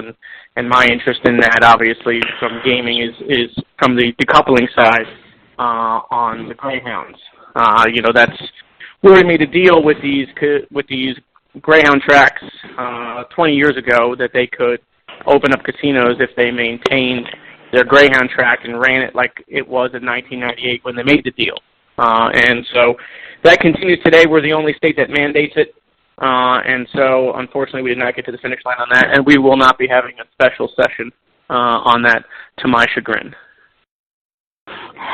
Thank you. And Pepe, just kind of to go off of that, now that you are running for the state Senate and give you my plug, hopefully elected, do you see your role kind of transcending from, you've taken on some pretty big issues, both on the gaming side and also have been actively involved in assignment of benefits and PIP while over at the House. Do you see yourself taking some of that leadership and experience over to the Senate? And where do you see those issues going from here? Yeah, look, I'm in the middle of a big race with a big primary and a big general, so I'm not going to pretend that things are going to be the same in the Senate once I get there. I'm, just singularly focused on the campaign. But, the Speaker did give me a lot of responsibility this year, and the previous Speaker also gave me a lot of responsibility, so I'm definitely coming over with a breadth of knowledge on all things regulated. For those that are on the call that don't follow the committee structures of the House and Senate, commerce/reg affairs is everything that's not healthcare, judicial, or education. So that covers a lot, all things regulated, from gambling to business licenses to now this year agriculture and private property rights. It also includes banking and insurance. And it's a pretty active committee, also energy and utilities. So, whatever the Senate President thinks that I would be useful for, I'll take. I do know that there's a lot of work to be done, and the things that I've been working on for the last few years. One of the things that I worked very closely with the real property section of the Florida Bar was on this comprehensive condominium law reform. When we first started drafting it, it was just kind of like a crazy concoction that was crafted by my staff and a bunch of our constituents. So, once we put pen to paper, we saw that there were a lot of things that needed to be worked out with the bar on. And that's one of the rewarding things. I grew up as a bar kid, was very involved with the ABA coming out of law school, was a Florida Bar appointee to the ABA's House of Delegates as a young lawyer, got to go to all the young lawyer meetings as one of the appointees of the section, and to now be serving in a different capacity, going from the ABA legislative body to the Florida House, has been a very rewarding experience, and those different experiences that I gained as a member of the House of Delegates definitely helped me become a better legislator. I know that there's probably a few people on the line now that will end up serving in the legislature at some point, and it really is just a really cool honor. Pepe, where do I send you a check? JoseFelixDiaz.com, Jared. I can personally hand it to him if you'd like, Jared. Ben, as a freshman Democrat, but have had years of experience both on the attorney side of things, obviously as a prior board member of the YLD, and also been very involved on all things in Tallahassee, serving as chief of staff for CFO Sync. What are some things did you find that helpful? And as you moved through your freshman D process, what were some of the obstacles that you saw trying to move legislation? Sure, and let me just say, like what Chairman Diaz just said, the training that we all have as lawyers is so helpful in this work. And just like Pepe, my background comes from working in the trenches on bar committees and trying to figure out, what's the best way to solve problems for our clients, and all those skills that I was fortunate enough to develop as a young lawyer on this board that helped me in the legislature. I focused in my first year on working on a number of issues with the Florida Bar. I was really pleased to be able to pass a couple bills that the bar was advocating for, including a bill that reforms our guardianship law process in Florida to provide a more streamlined process for those cases. I worked with Senator Pasadomo on that bill, and that bill passed and has been signed by the governor. And I was also pleased to work with my state senator, Senator Brandes from Pinellas County, on a bill to help our clerk of courts. The clerk of courts are the front door to our legal system in Florida, and they've haven't been adequately funded or supported, in my opinion, in the past several years, which has caused problems in terms of the administration of justice. So I was pleased to pass those two bills and try to, find other opportunities to work across the aisle on issues that are important to the administration of justice. I serve on the Judiciary Committee, so those issues are important to me. One of the bills that did not pass the legislature this year that is an idea that I think will come up again that is very controversial, that we spent a lot of time debating early in the session, was whether we should impose term limits on appellate judges in Florida. I'm of the view that would be a big mistake. We would be the only state in the country to do that, and as everybody on the call knows, our founding fathers thought it was important that judges serve for a life appointment in the federal system so that they would have the independence they need to properly decide the cases before them without any possible political pressure. And so that bill, that House Joint Resolution 1, because it is a big priority of Speaker Corcoran, who I respect a lot but just disagree with on this bill. That bill did pass the Florida House, but it did not pass the Senate, and I think we have to look to see whether that idea comes back again next session or comes back as part of the work of the Constitution Revision Commission. Thank you. Jason, as I want to point out, as the only non-lawyer on this panel, do you see a difference when it comes to how the lawyers that are elected officials interact with one another? Do you, as a non-attorney, rely a lot more on your lawyer colleagues when going through and analyzing legislation? It's a great question. I appreciate it. When I first got into the legislature, I think I probably did recognize where some of my shortcomings were. I was never a prosecutor. I've fortunately never been sued. My exposure to the legal system was somewhat limited. I figured out that I was probably on the cognitive par with some of my legal colleagues. I just knew different stuff than they knew. And so when we get into different issues, I tend to shy away from them. That said, my first bill I filed was a criminal justice issue, civil justice issue, but have really tended to stick to healthcare issues, which is my background, and will always defer condo association or homeowners association issues to my lawyer friends. And going just based off of what you just said, you took on a pretty big mission this year, becoming the chair of the healthcare budget for the entire state. Did you see a big shift, because you've typically been more on the policy side of healthcare, from going from policy and being chair of the Health and Human Services Committee to actually dealing with the appropriation side of things? Yeah, and was a lot of fun for me, but really another opportunity to reinforce what's important to Floridians and really the role of government. We were fortunate that we were able to fully fund kid care enrollment. We were fortunate that we made sure no child would go hungry with the child care nutrition program. We fully funded the Alzheimer's program that we had in the state. We helped our community initiatives for the developmentally disabled. We added staffing at the Agency for Persons with Disability and brought down their waiting list. I mean, these are all very compromised populations. So very frequently, policy arguments have to do with who's doing what to whom and where we should draw the line as referees. In the budget world, you very frequently have to ask, is this the most vulnerable citizen that we could possibly protect with the state's budget?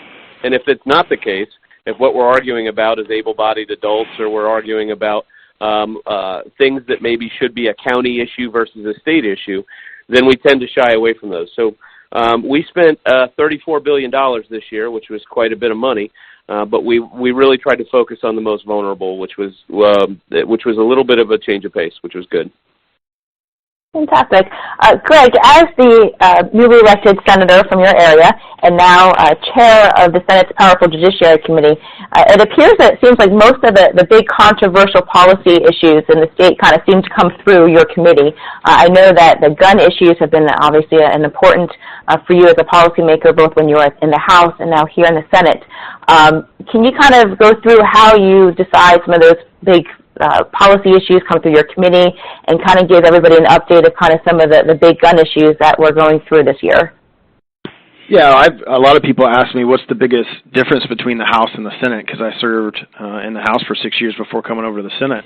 And I would say the biggest difference is the way that the committees are made up. So, for example, my Judiciary Committee, I have 5 Republicans and 4 Democrats.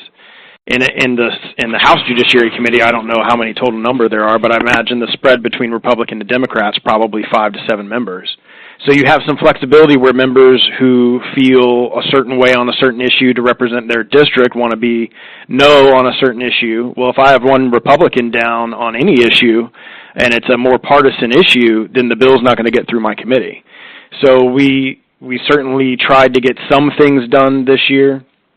The challenge is we have 2 senators, and her positions on gun issues was very apparent and very public, that was down on those issues. So as chairman, I didn't want to bring issues up that we would spend a lot of the committee's time on if we didn't know we had some, you don't know for sure at all, but we didn't have some understanding that we may be able to get the bill passed, because you don't want to spend the committee's time on that because you don't have that much committee time. We had, in the Judiciary Committee, I had 236 bills referred to my committee, and we heard, I think it was 89 of those bills.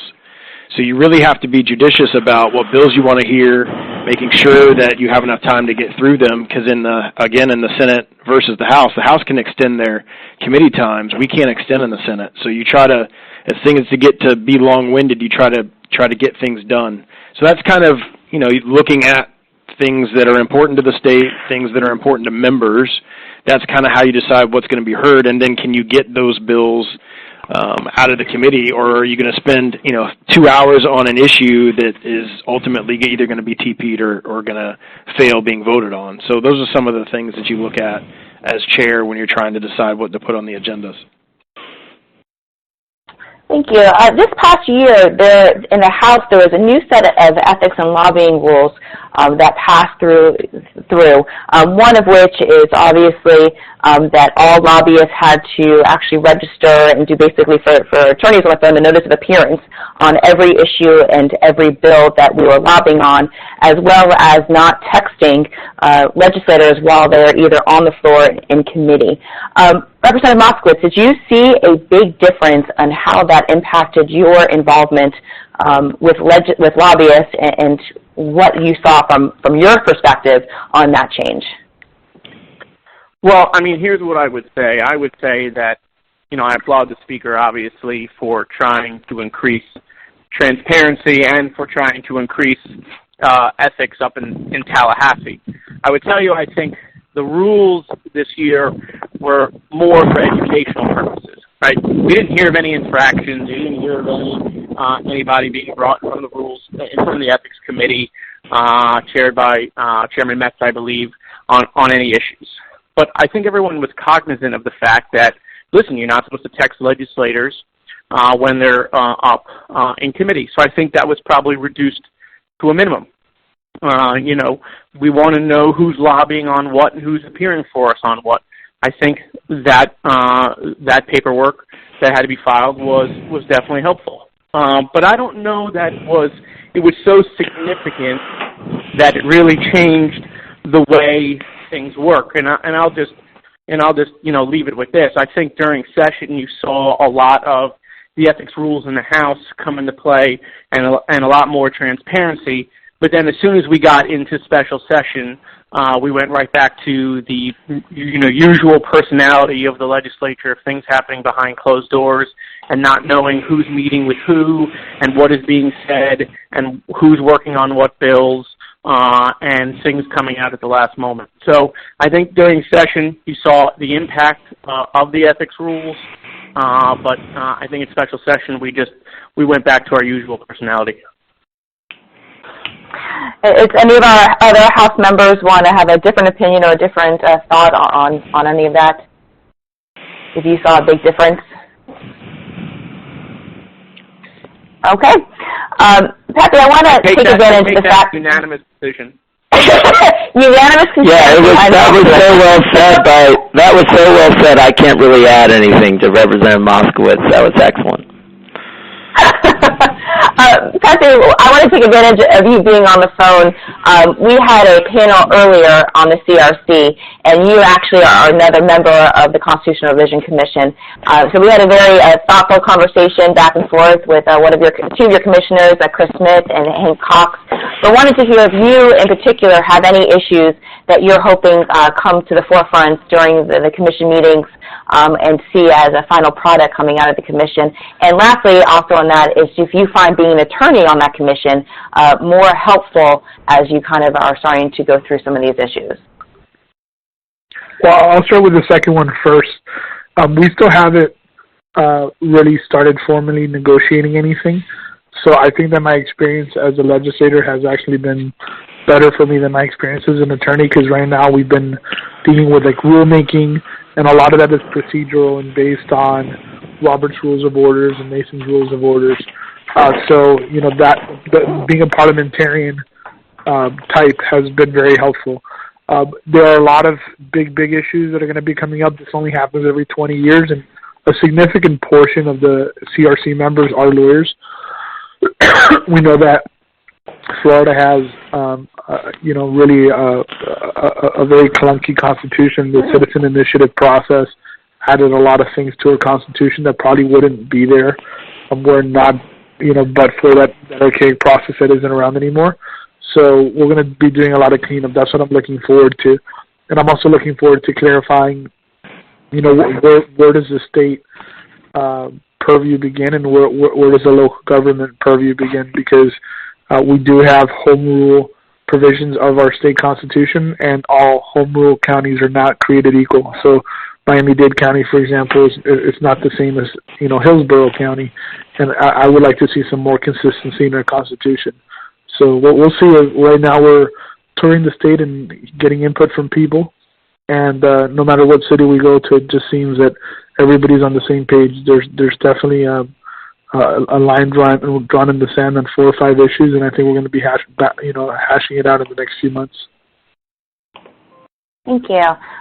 Senator Farmer, a two-pronged question for you as well.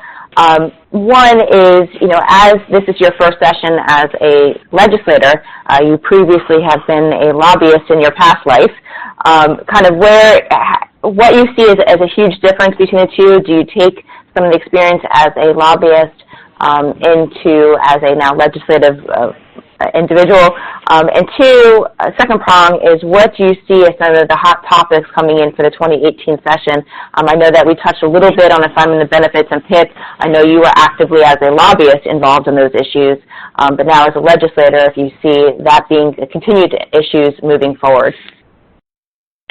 Yes, and I did spend 12 years advocating in Tallahassee.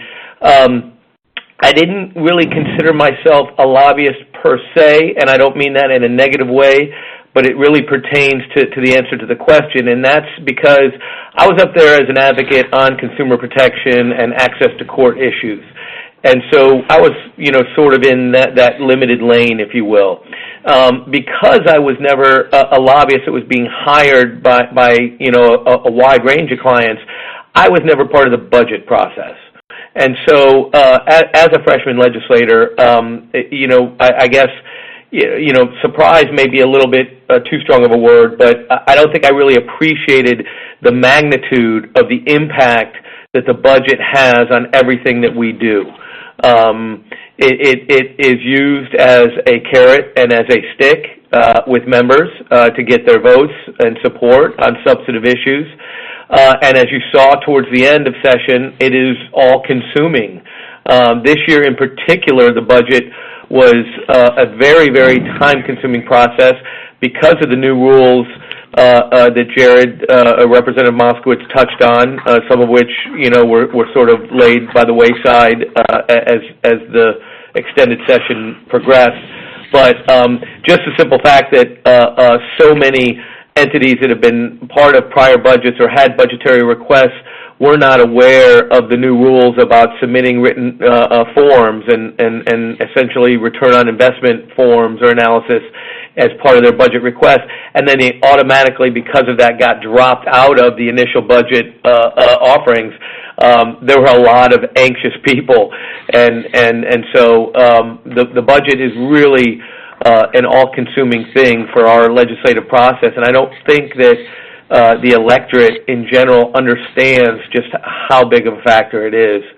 And yeah, you touched on a couple of issues. I think insurance issues were some of the issues that didn't quite make it across the finish line this year, and that I think we'll see some renewed focus. We need a healthy insurance market in the state of Florida, and we have a very, very healthy insurance market in the state of Florida. We just got to make sure that consumers are protected as part of that equation. And I'll continue to push for legislation that will protect consumers and keep rates down for everybody. For example, I had a bill last year that I intend to push again this year that would not allow insurance companies who lose cases when they wrongfully deny claims to put those losses back into the rate base. If they're not allowed to do that, you're not going to see any rate increase in either workers' comp or property insurance or auto insurance for that matter.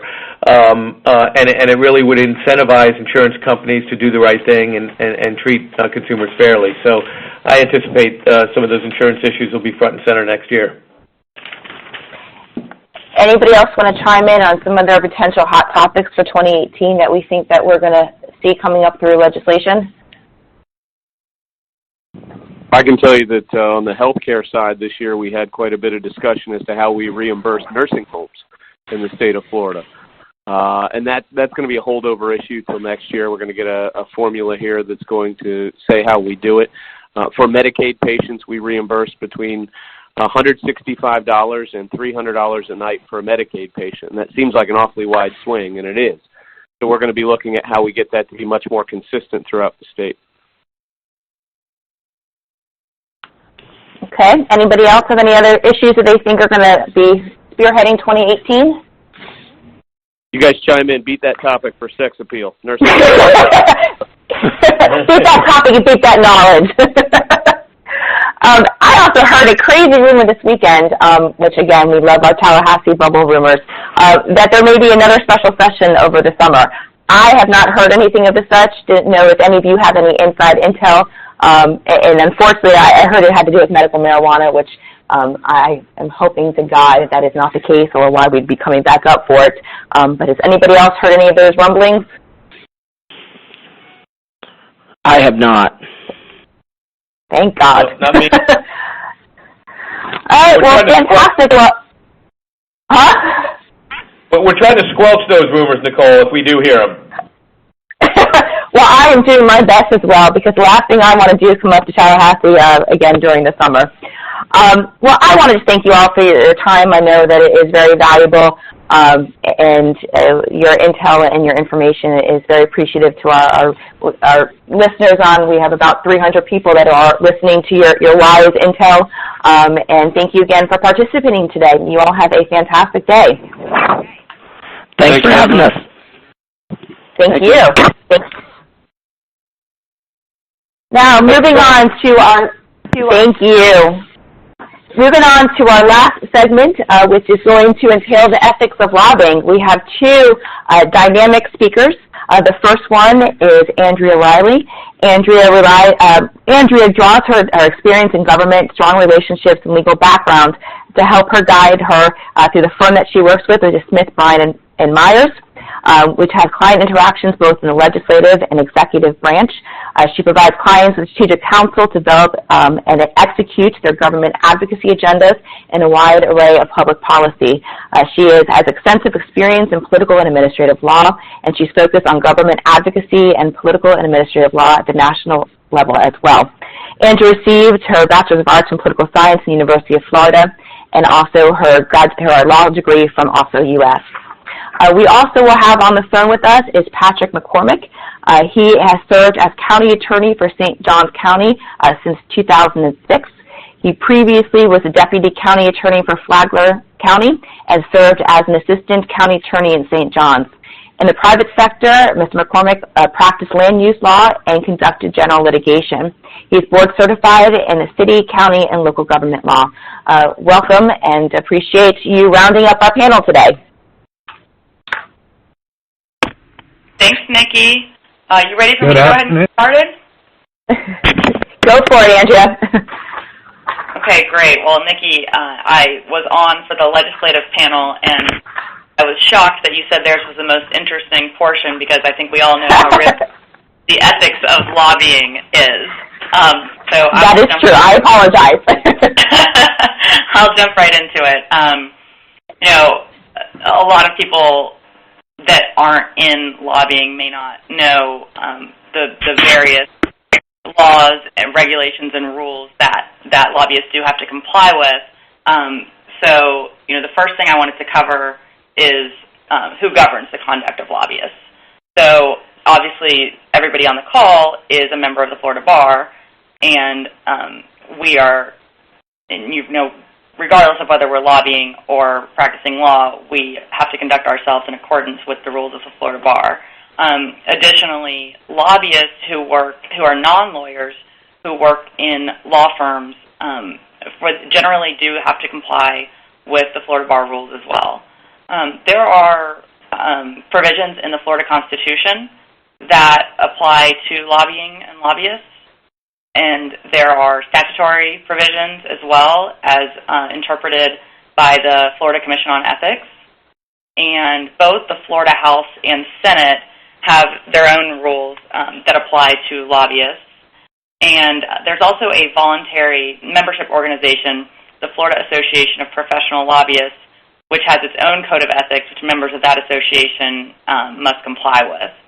And, I always want to make people aware that, I focus on state lobbying, so that's where this presentation is mostly focused. Of course, Patrick will cover a lot of the local part, but if you're going in and doing any lobbying in a local jurisdiction, you need to check to see if they have an ordinance that governs lobbying. And for federal lobbyists, there are also quite a lot of overlapping rules and regulations that apply. There are federal laws, U.S. House and Senate rules, and there is guidance issued by the Office of Congressional Ethics, and we've also seen executive orders that govern lobbyist activity.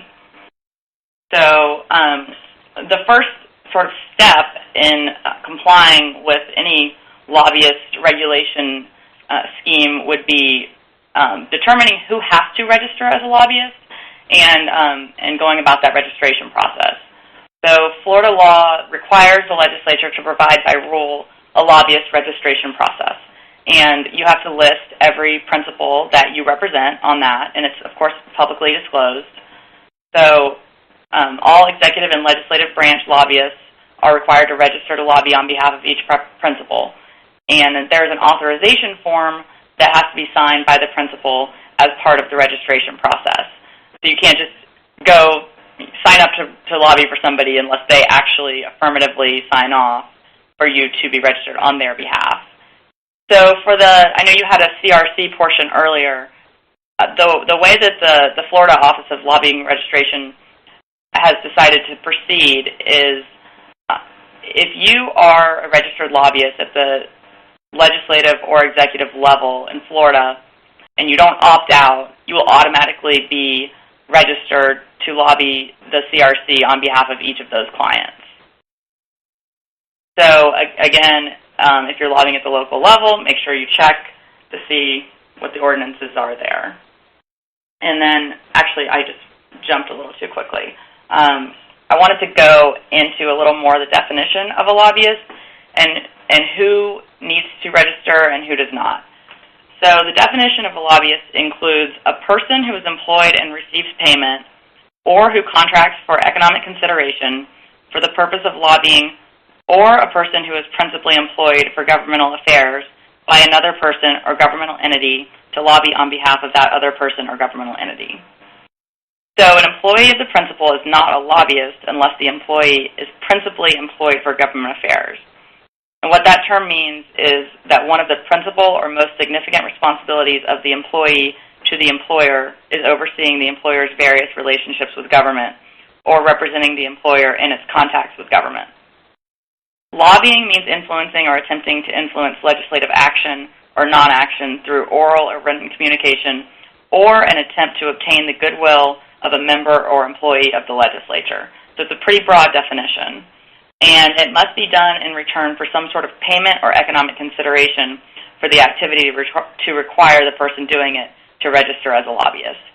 And again, as a note, you have to register before you begin any lobbying activity. So there's no look-back option. The exceptions, things that are not considered lobbying, a response to an inquiry for information made by any member, committee, or staff of the legislature, an appearance in response to a legislative subpoena, advice or services that arise out of a contractual obligation with the legislature, a member, a committee, any staff, or any legislative entity to render the advice or services where such obligation is fulfilled through the use of public funds, and representation of a client in a disciplinary action before the House or Senate or any member or committee thereof. And then also, these people are not legislative lobbyists. A member or employee of the legislature, a judge acting in his or her official capacity, a state officer holding elective office, or an officer of a political subdivision of the state holding elective office and who is acting in his or her official capacity, a person who appears as a witness or for the purpose of providing information at the written request of the chair of a committee, subcommittee, or legislative delegation. And finally, a person employed by any executive or judicial department of the state or any community college of the state who makes a personal appearance or attendance before the House or the Senate or any member or committee thereof while that person is on approved leave or outside normal working hours and who does not otherwise meet the definition of a lobbyist. So it's slightly different for the executive branch. There are additional exceptions for executive branch lobbyists, including someone representing a client in a judicial proceeding or in a Chapter 120 formal administrative proceeding or any other formal hearing before an agency, board, commission, or authority of the state, an employee of an agency or legislative or judicial branch entity acting in the normal course of his or her duties, a confidential informant who is providing confidential information to be used for law enforcement purposes, and then also certain procurement lobbying below a certain threshold. And there was also some House legislation that did not pass in the Senate, which set up a statewide lobbying registration system for local government, which would be run by the Commission on Ethics. And the proposal would also require lobbyist registration in order to lobby a hospital district, children's services district, expressway authority, port authority, any county, municipality, or school district, or any independent district. So that was considered this session.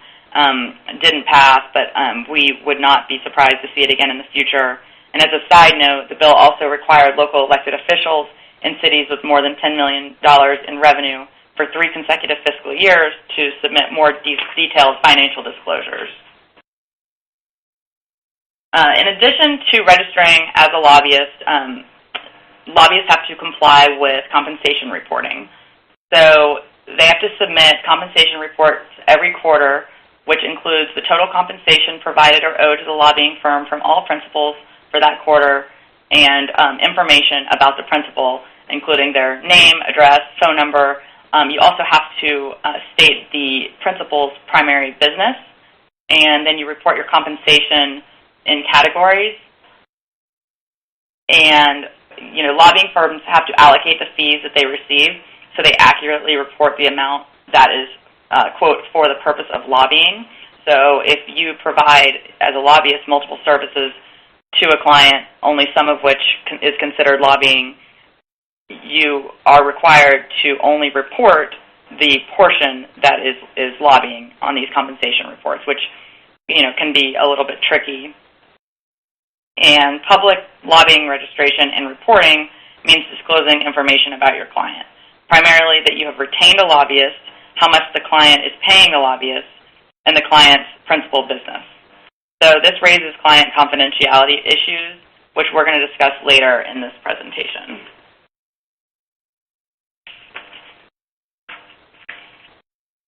And in addition to reporting your compensation, they are now being audited. So this lobby compensation reporting law was passed in 2005, and 2015 was the first year that the audits were conducted, which has created a renewed focus on proper reporting. And in response, the Joint Legislative Auditing Committee has released guidance on proper reporting practices. So legislative and executive branch lobbyist compensation reports are both audited.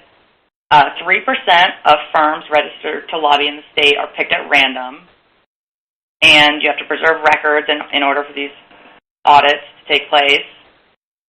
And there is the ability to subpoena the firm for these records. That's pretty much all I really wanted to cover on the audits.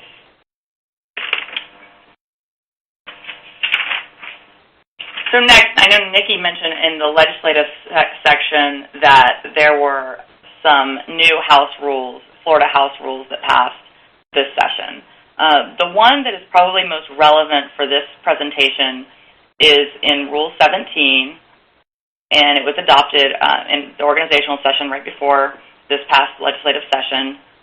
And it requires that lobbyists file a public notice of appearance identifying the specific matter and principle represented before lobbying a member or employee of the House on any issue.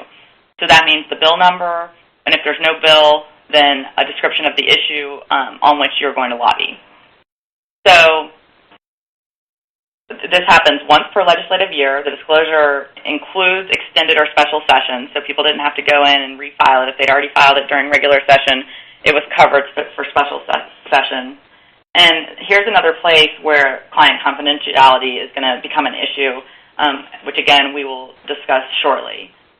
There was an article in the Florida Bar News in 2016 stating that lawyers who lobby the Florida legislature will likely need permission from their clients to identify both the clients and the specific issue they're lobbying in order to follow new House lobbying rules and comply with bar ethical rules.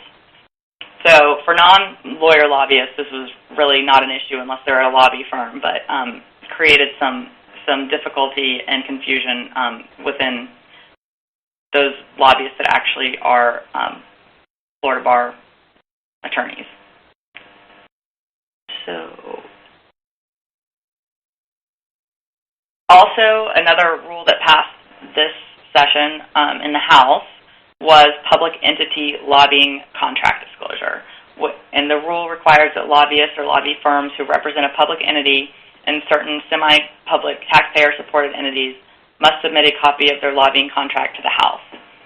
This is required even if the lobbying contract is limited to the executive branch lobbying. And redacting was not permitted, so here's another rule that requires disclosure of information that creates friction with the duty of client confidentiality. And the Florida Bar released a question and answer advice column to deal with both the 2005 lobby compensation reporting law, and then also it was updated to address all of these new House rules. So we are going to go in the next few slides over the guidance that the Florida Bar released on how to deal with the competing interests of these rules. As a lawyer who engages in lobbying, do the rules of professional conduct and the rules regulating the Florida Bar apply to the lobbying activity? And the answer is that in almost all instances, the rules of professional conduct will apply. Under the rules of professional conduct, is the information being sought by the legislature confidential? All information that relates to a client's representation is confidential and may not be disclosed voluntarily without the client's consent unless certain limited exceptions apply. And none of the exceptions to the confidentiality rule are applicable to disclosure of compensation for lobbying services, the identity of the client, or the issue for which the lawyer is hired. Therefore, the information relating to these matters is confidential. If the information is confidential, how can I disclose it to comply with the statute and the House rules? Lawyers who are lobbyists must obtain the consent of each client for whom the lawyer performs lobbying services as defined in the statute and House rules in order to comply with the statutes and rules disclosure requirements. The lawyer should seek consent to disclose only the information that is covered by the legislation and the House rules and should assure the client that the lawyer will disclose no information that is not required to be disclosed by the statute or the House rules. And how do you obtain a client's consent? For new clients, lawyers should consider including a provision in fee contracts that explains the statutes and House rules disclosure requirements and obtain the client's written consent via that contract. For existing clients, lawyers should consider providing written information about the statutes and House rules disclosure requirements and providing a written consent form for clients to sign. Appropriate disclosure to clients could include a brief summary of relevant provisions of the statute and House rules affecting the client, that the statute and rules apply to all lobbyists, both lawyers and non-lawyers, that the lawyer's records may be subject to audit, and that the lawyer will not disclose information relating to any representation that is not required by the statute or rules. Must the client's consent be in writing? The consent to disclosure of the information is not required to be in writing, but written consent is advisable. What if a client refuses to consent? If it's an existing client, the lawyer should withdraw from the representation to avoid violating the statute or the House rules. If a prospective client refuses to consent to the disclosure, the lawyer should decline to represent the client in the lobbying activity. What steps should I take to ensure that I don't disclose anything that is not covered by the statute or House rules? Lawyers should consider segregating the information that relates to lobbying activities as defined in the statute and House rules from all other representation of the client. Lawyers should consider separating any accounting and billing records for lobbying activities from records that relate to other forms of representation. Lawyers should also consider reviewing their billing practices to ensure that no privileged information appears in such records, as the records may be audited. What should I do if I receive a legislative subpoena to be audited? The lawyer should review the records being sought by subpoena to determine if the records contain any privileged information. If the records do not contain any privileged information, the lawyer may provide them to the auditor. If the records contain privileged information, the lawyer should seek a court determination on the issue of privilege and whether the record must be disclosed. As discussed above, all information relating to a client's representation is confidential under bar rules and cannot be voluntarily disclosed. Privilege is an evidentiary legal doctrine that is much narrower than confidentiality, concerning what information can be compelled to be disclosed. Privilege generally applies only to communications between a lawyer and client for the purpose of seeking and or obtaining legal advice that no third party has been privy to. What if the auditor does not subpoena my records, but merely asks me to cooperate in providing the records? The lawyer should ask the auditor to subpoena the records. So next, we're going to talk a little bit about the lobbyist gift ban, which has also been in law since 2005. And it basically prohibits any executive branch employee or elected official or legislator, staff, employee of the legislature from accepting any expenditure from a lobbyist or a lobbyist principal. Expenditure is broadly defined to include anything of value made for the purpose of lobbying, with some exceptions such as political contributions and some volunteer personal services, but it is, for the most part, a very broadly applied rule. And there are a number of other tightly drafted exceptions that I did not include in this presentation, but are available in guidance that's been issued by the Senate in their interim lobbying guidelines and answers to frequently asked questions on the gift ban, as well as advisory opinions issued by the Commission on Ethics. In addition to the lobbyist gift ban discussed in the previous slide, there are certain gift rules that apply to all elected officials, such as being prohibited from soliciting anything of value based on an understanding that the official's action would be influenced, or accepting anything if there's an intent to influence. There is also a statute that restricts individuals from accepting gifts from political committees. So individuals who are elected officials who have political committees need to be particularly cognizant of this statute, because it's very easy to construe something associated with the political committee as a prohibited gift. So it's just something to be aware of.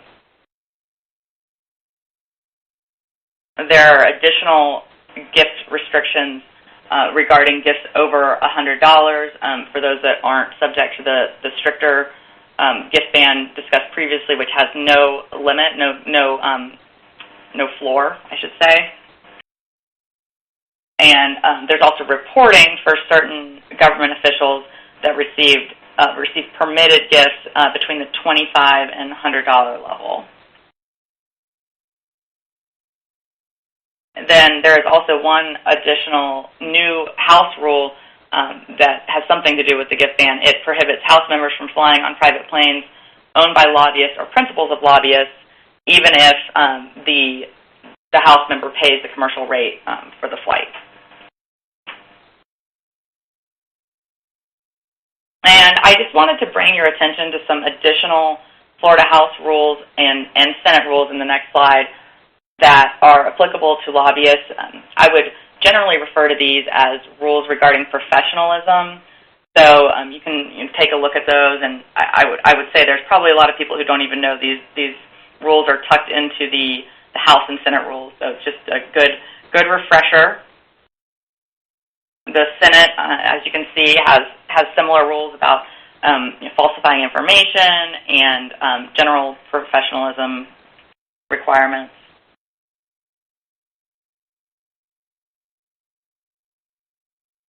The new House rules also prohibit House members from entering into business deals or investment relationships with registered lobbyists or principals.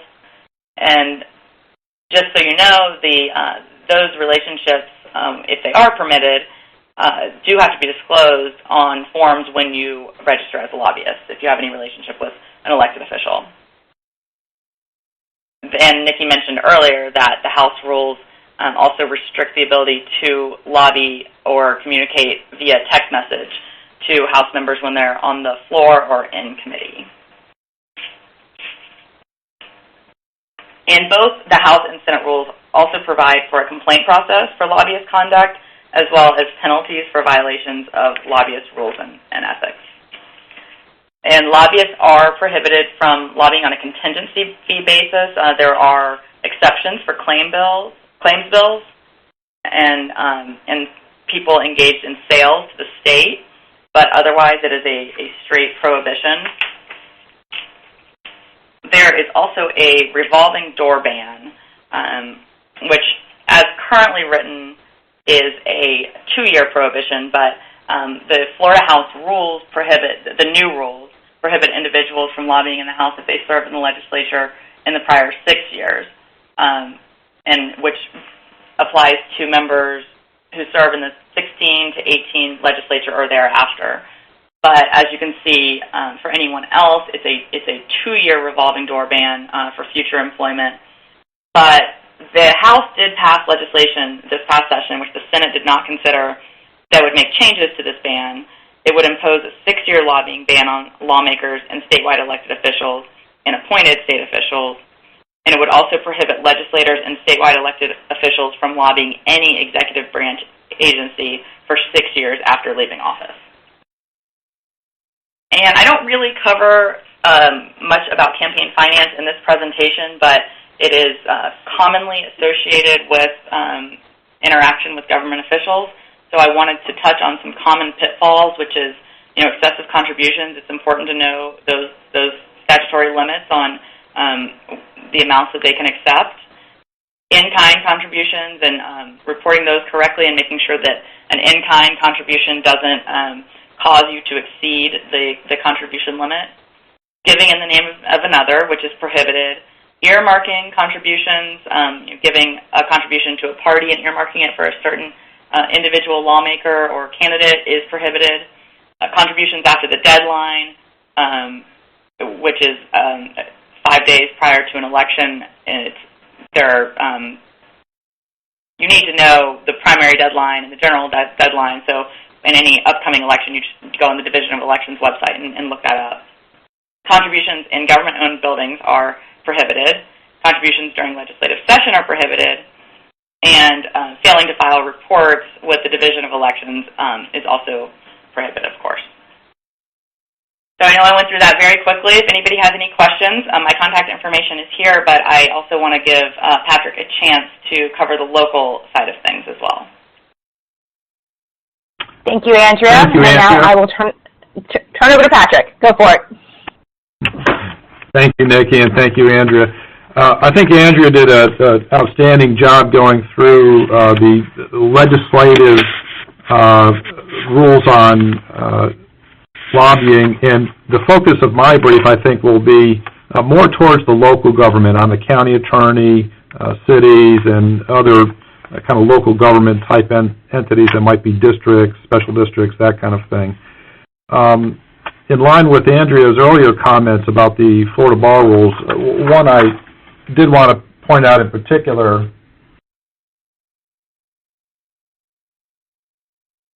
if I can go next slide here, hold on, is the Rule 4-4.2, which some of you may be familiar with, and you certainly don't have to read through that whole paragraph, but I'll just read the first part. Representing a client, a lawyer must not communicate about the subject of the representation with a person the lawyer knows to be represented by another lawyer in the matter, unless the lawyer has the consent of the other lawyer. In this line, as a county attorney, if I'm here representing our elected Board of Commissioners or our county departments and that kind of thing, there might be a particular matter which, if a lawyer is going to represent or communicate or lobby on it, that in some circumstances I would want to know about that and perhaps provide consent or some some guidelines on that. However, as the rest of this Part A of the rule points out, sometimes direct communication is needed, a court rule, statute, contract, etc. Going on from there, from the comment, this general rule of 4-4.2, pertains to represented persons that may be supervise, directs, or regularly consults with the organization's lawyer concerning the matter. So it may depend on the particular matter. For the Rule 4-4.2, there has been some Florida bar opinions, and the most recent is the 09-1, and I won't read through that whole thing, but I'll just go to the bottom sentence. When interacting with an agency, particularly a government agency, the lawyer, and in this case the lobbyist, may be required to identify himself or herself as a lawyer who is representing a party and making those contacts. So primarily I just wanted to make sure that everyone on the call was refamiliarized with Rule 4-4.2 and this bar opinion there. But I'd like to, I think, focus that down a little bit and perhaps assuage some concerns, is that for this rule and the opinion, just because an organization has a general counsel does not mean the organization or individuals are represented on all matters. That's very clear from the opinion 09-1 and some of the earlier bar opinions on that. So just because, for example, St. Johns County has a general counsel or a city or that type of thing, doesn't mean that all members of the organization are represented on all matters. It really goes to the particular matter. And the rule applies when the lawyer knows that the person or agency is in fact represented in the matter to be discussed. However, as part of the Florida Bar Opinion 09-1, it does include such actual knowledge may be inferred from the circumstances.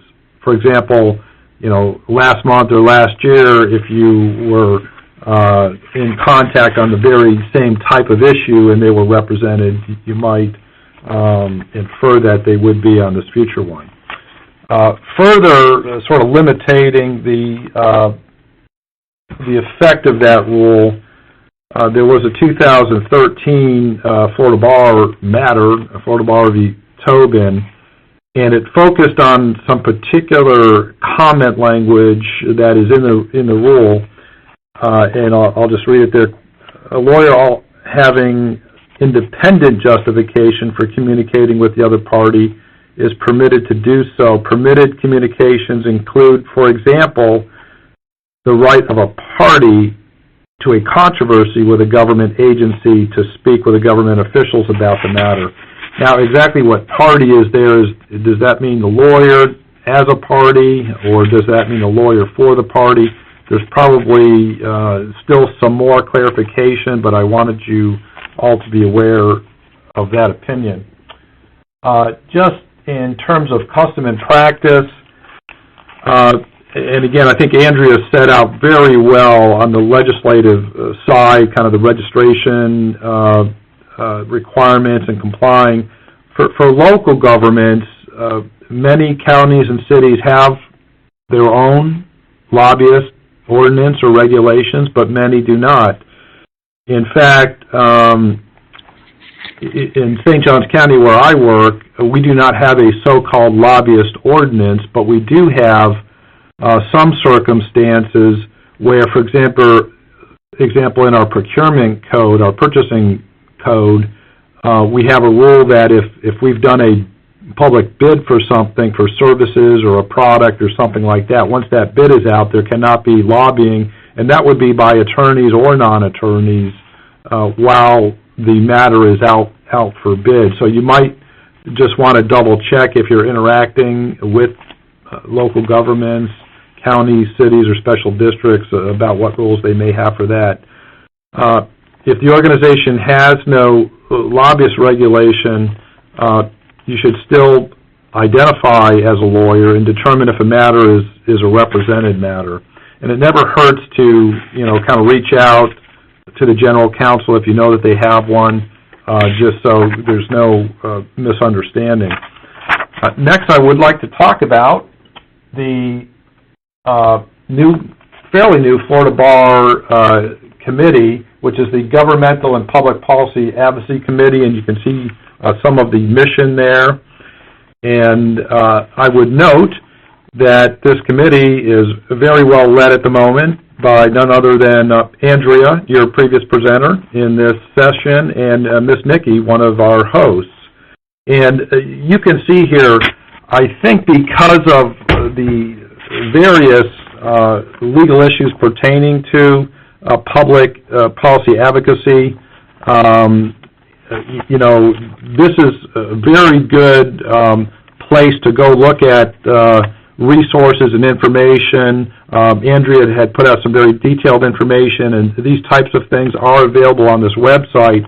Also, they are loading up. They've just started to put up a compilation of the lobbyist ordinances in Florida. I don't know that they've captured every active ordinance out there, but that is well underway. And again, as a practice point, again, if you're going to be communicating with a city council or county board or special district, that type of thing, you may want to look to see what kind of regulation they have. And again, I think it never hurts to reach out to perhaps their general counsel if they have one. I know that there are probably many types of listeners on the call here. I just want to point out from a local government perspective, kind of an overview of, I think, lobbying just as an activity. The way many issues are now, it really requires specialized knowledge to inform elected officials or government officials, and I think that a lobbyist ideally has that specialized knowledge, both of the underlying subject matter and maybe some of the procedural type thing. So it really is a very valuable service. And people talk about lawyers and sort of sometimes non-lawyers. They like to make perhaps jokes at lawyers' expenses, but of course when they need a lawyer, they're very happy to get a good one. But the same really is true for lobbyists, and sometimes lobbyists, in general can perhaps have some type of reputation or that type of thing, but I would say in my practice here, it's very helpful. And sometimes for various things, we've just had lobbyists come in pertaining to anti-human trafficking regulations and proposed ordinances. We've had Tobacco 21 come in lobbying to try to have regulation move from age 18 tobacco use to age 21. The Charlotte's Web, the low THC for treating seizures, etc., when that came through the state, that was lobbied, and again, both at the state level and local level, and so it's very valuable to have that service. I would say, though, as lawyers, you never want to kind of surprise the organization's lawyer in something. For example, if you are lobbying, you probably should avoid things unless the organization's lawyer is there with you, but things like equitable estoppel or some kind of federal taking or this, kind of a sort of a real legal concerning thing like that, because then the elected official or the government official would come back to his or her own lawyer and say, hey, they brought this up, it concerned me, I didn't know what to say. So you wouldn't want to make them feel uncomfortable. I think if you know ahead of time these are the types of issues that you might include in your lobbying effort, again, I would encourage you to reach out to the organization's lawyer so that they can be there for those types of real legal issues. But for the informational issues, very valuable service to be had, and I would encourage any of you to participate. Nikki, that's really the notes I have. I'm prepared for any questions, and thank you. Well, I appreciate that, Patrick, and both Andrea and I absolutely appreciate the unsolicited plug of the new Government Public Policy Advocacy Committee. Andrea, do you want to do another shameless plug of kind of what the committee does and how anybody on this call can get involved? Absolutely.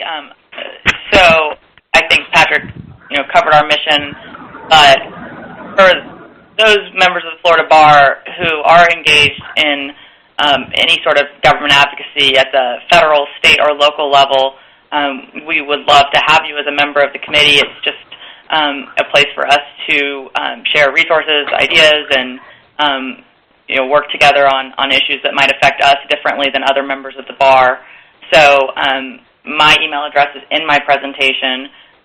You can email me if you're interested, or you can go to our website. It's the Government Public Policy Advocacy Committee. It's a standing committee of the Florida Bar. You can also find it on the Florida Bar website, and submit your name and your interest, and we would welcome you to join. Fantastic. Well, thank you, Andrea and Patrick, for very insightful information. Wanted to turn this back over to John to close us out today.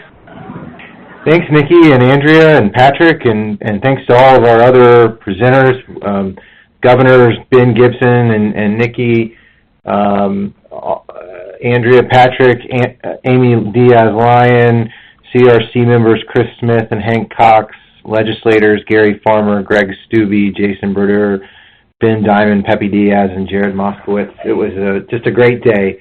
The CLE code will be in your email in about less than 30 minutes. Hope everybody enjoyed the presentation. It will be archived on the website at flayld.org. Thank you. Bye-bye.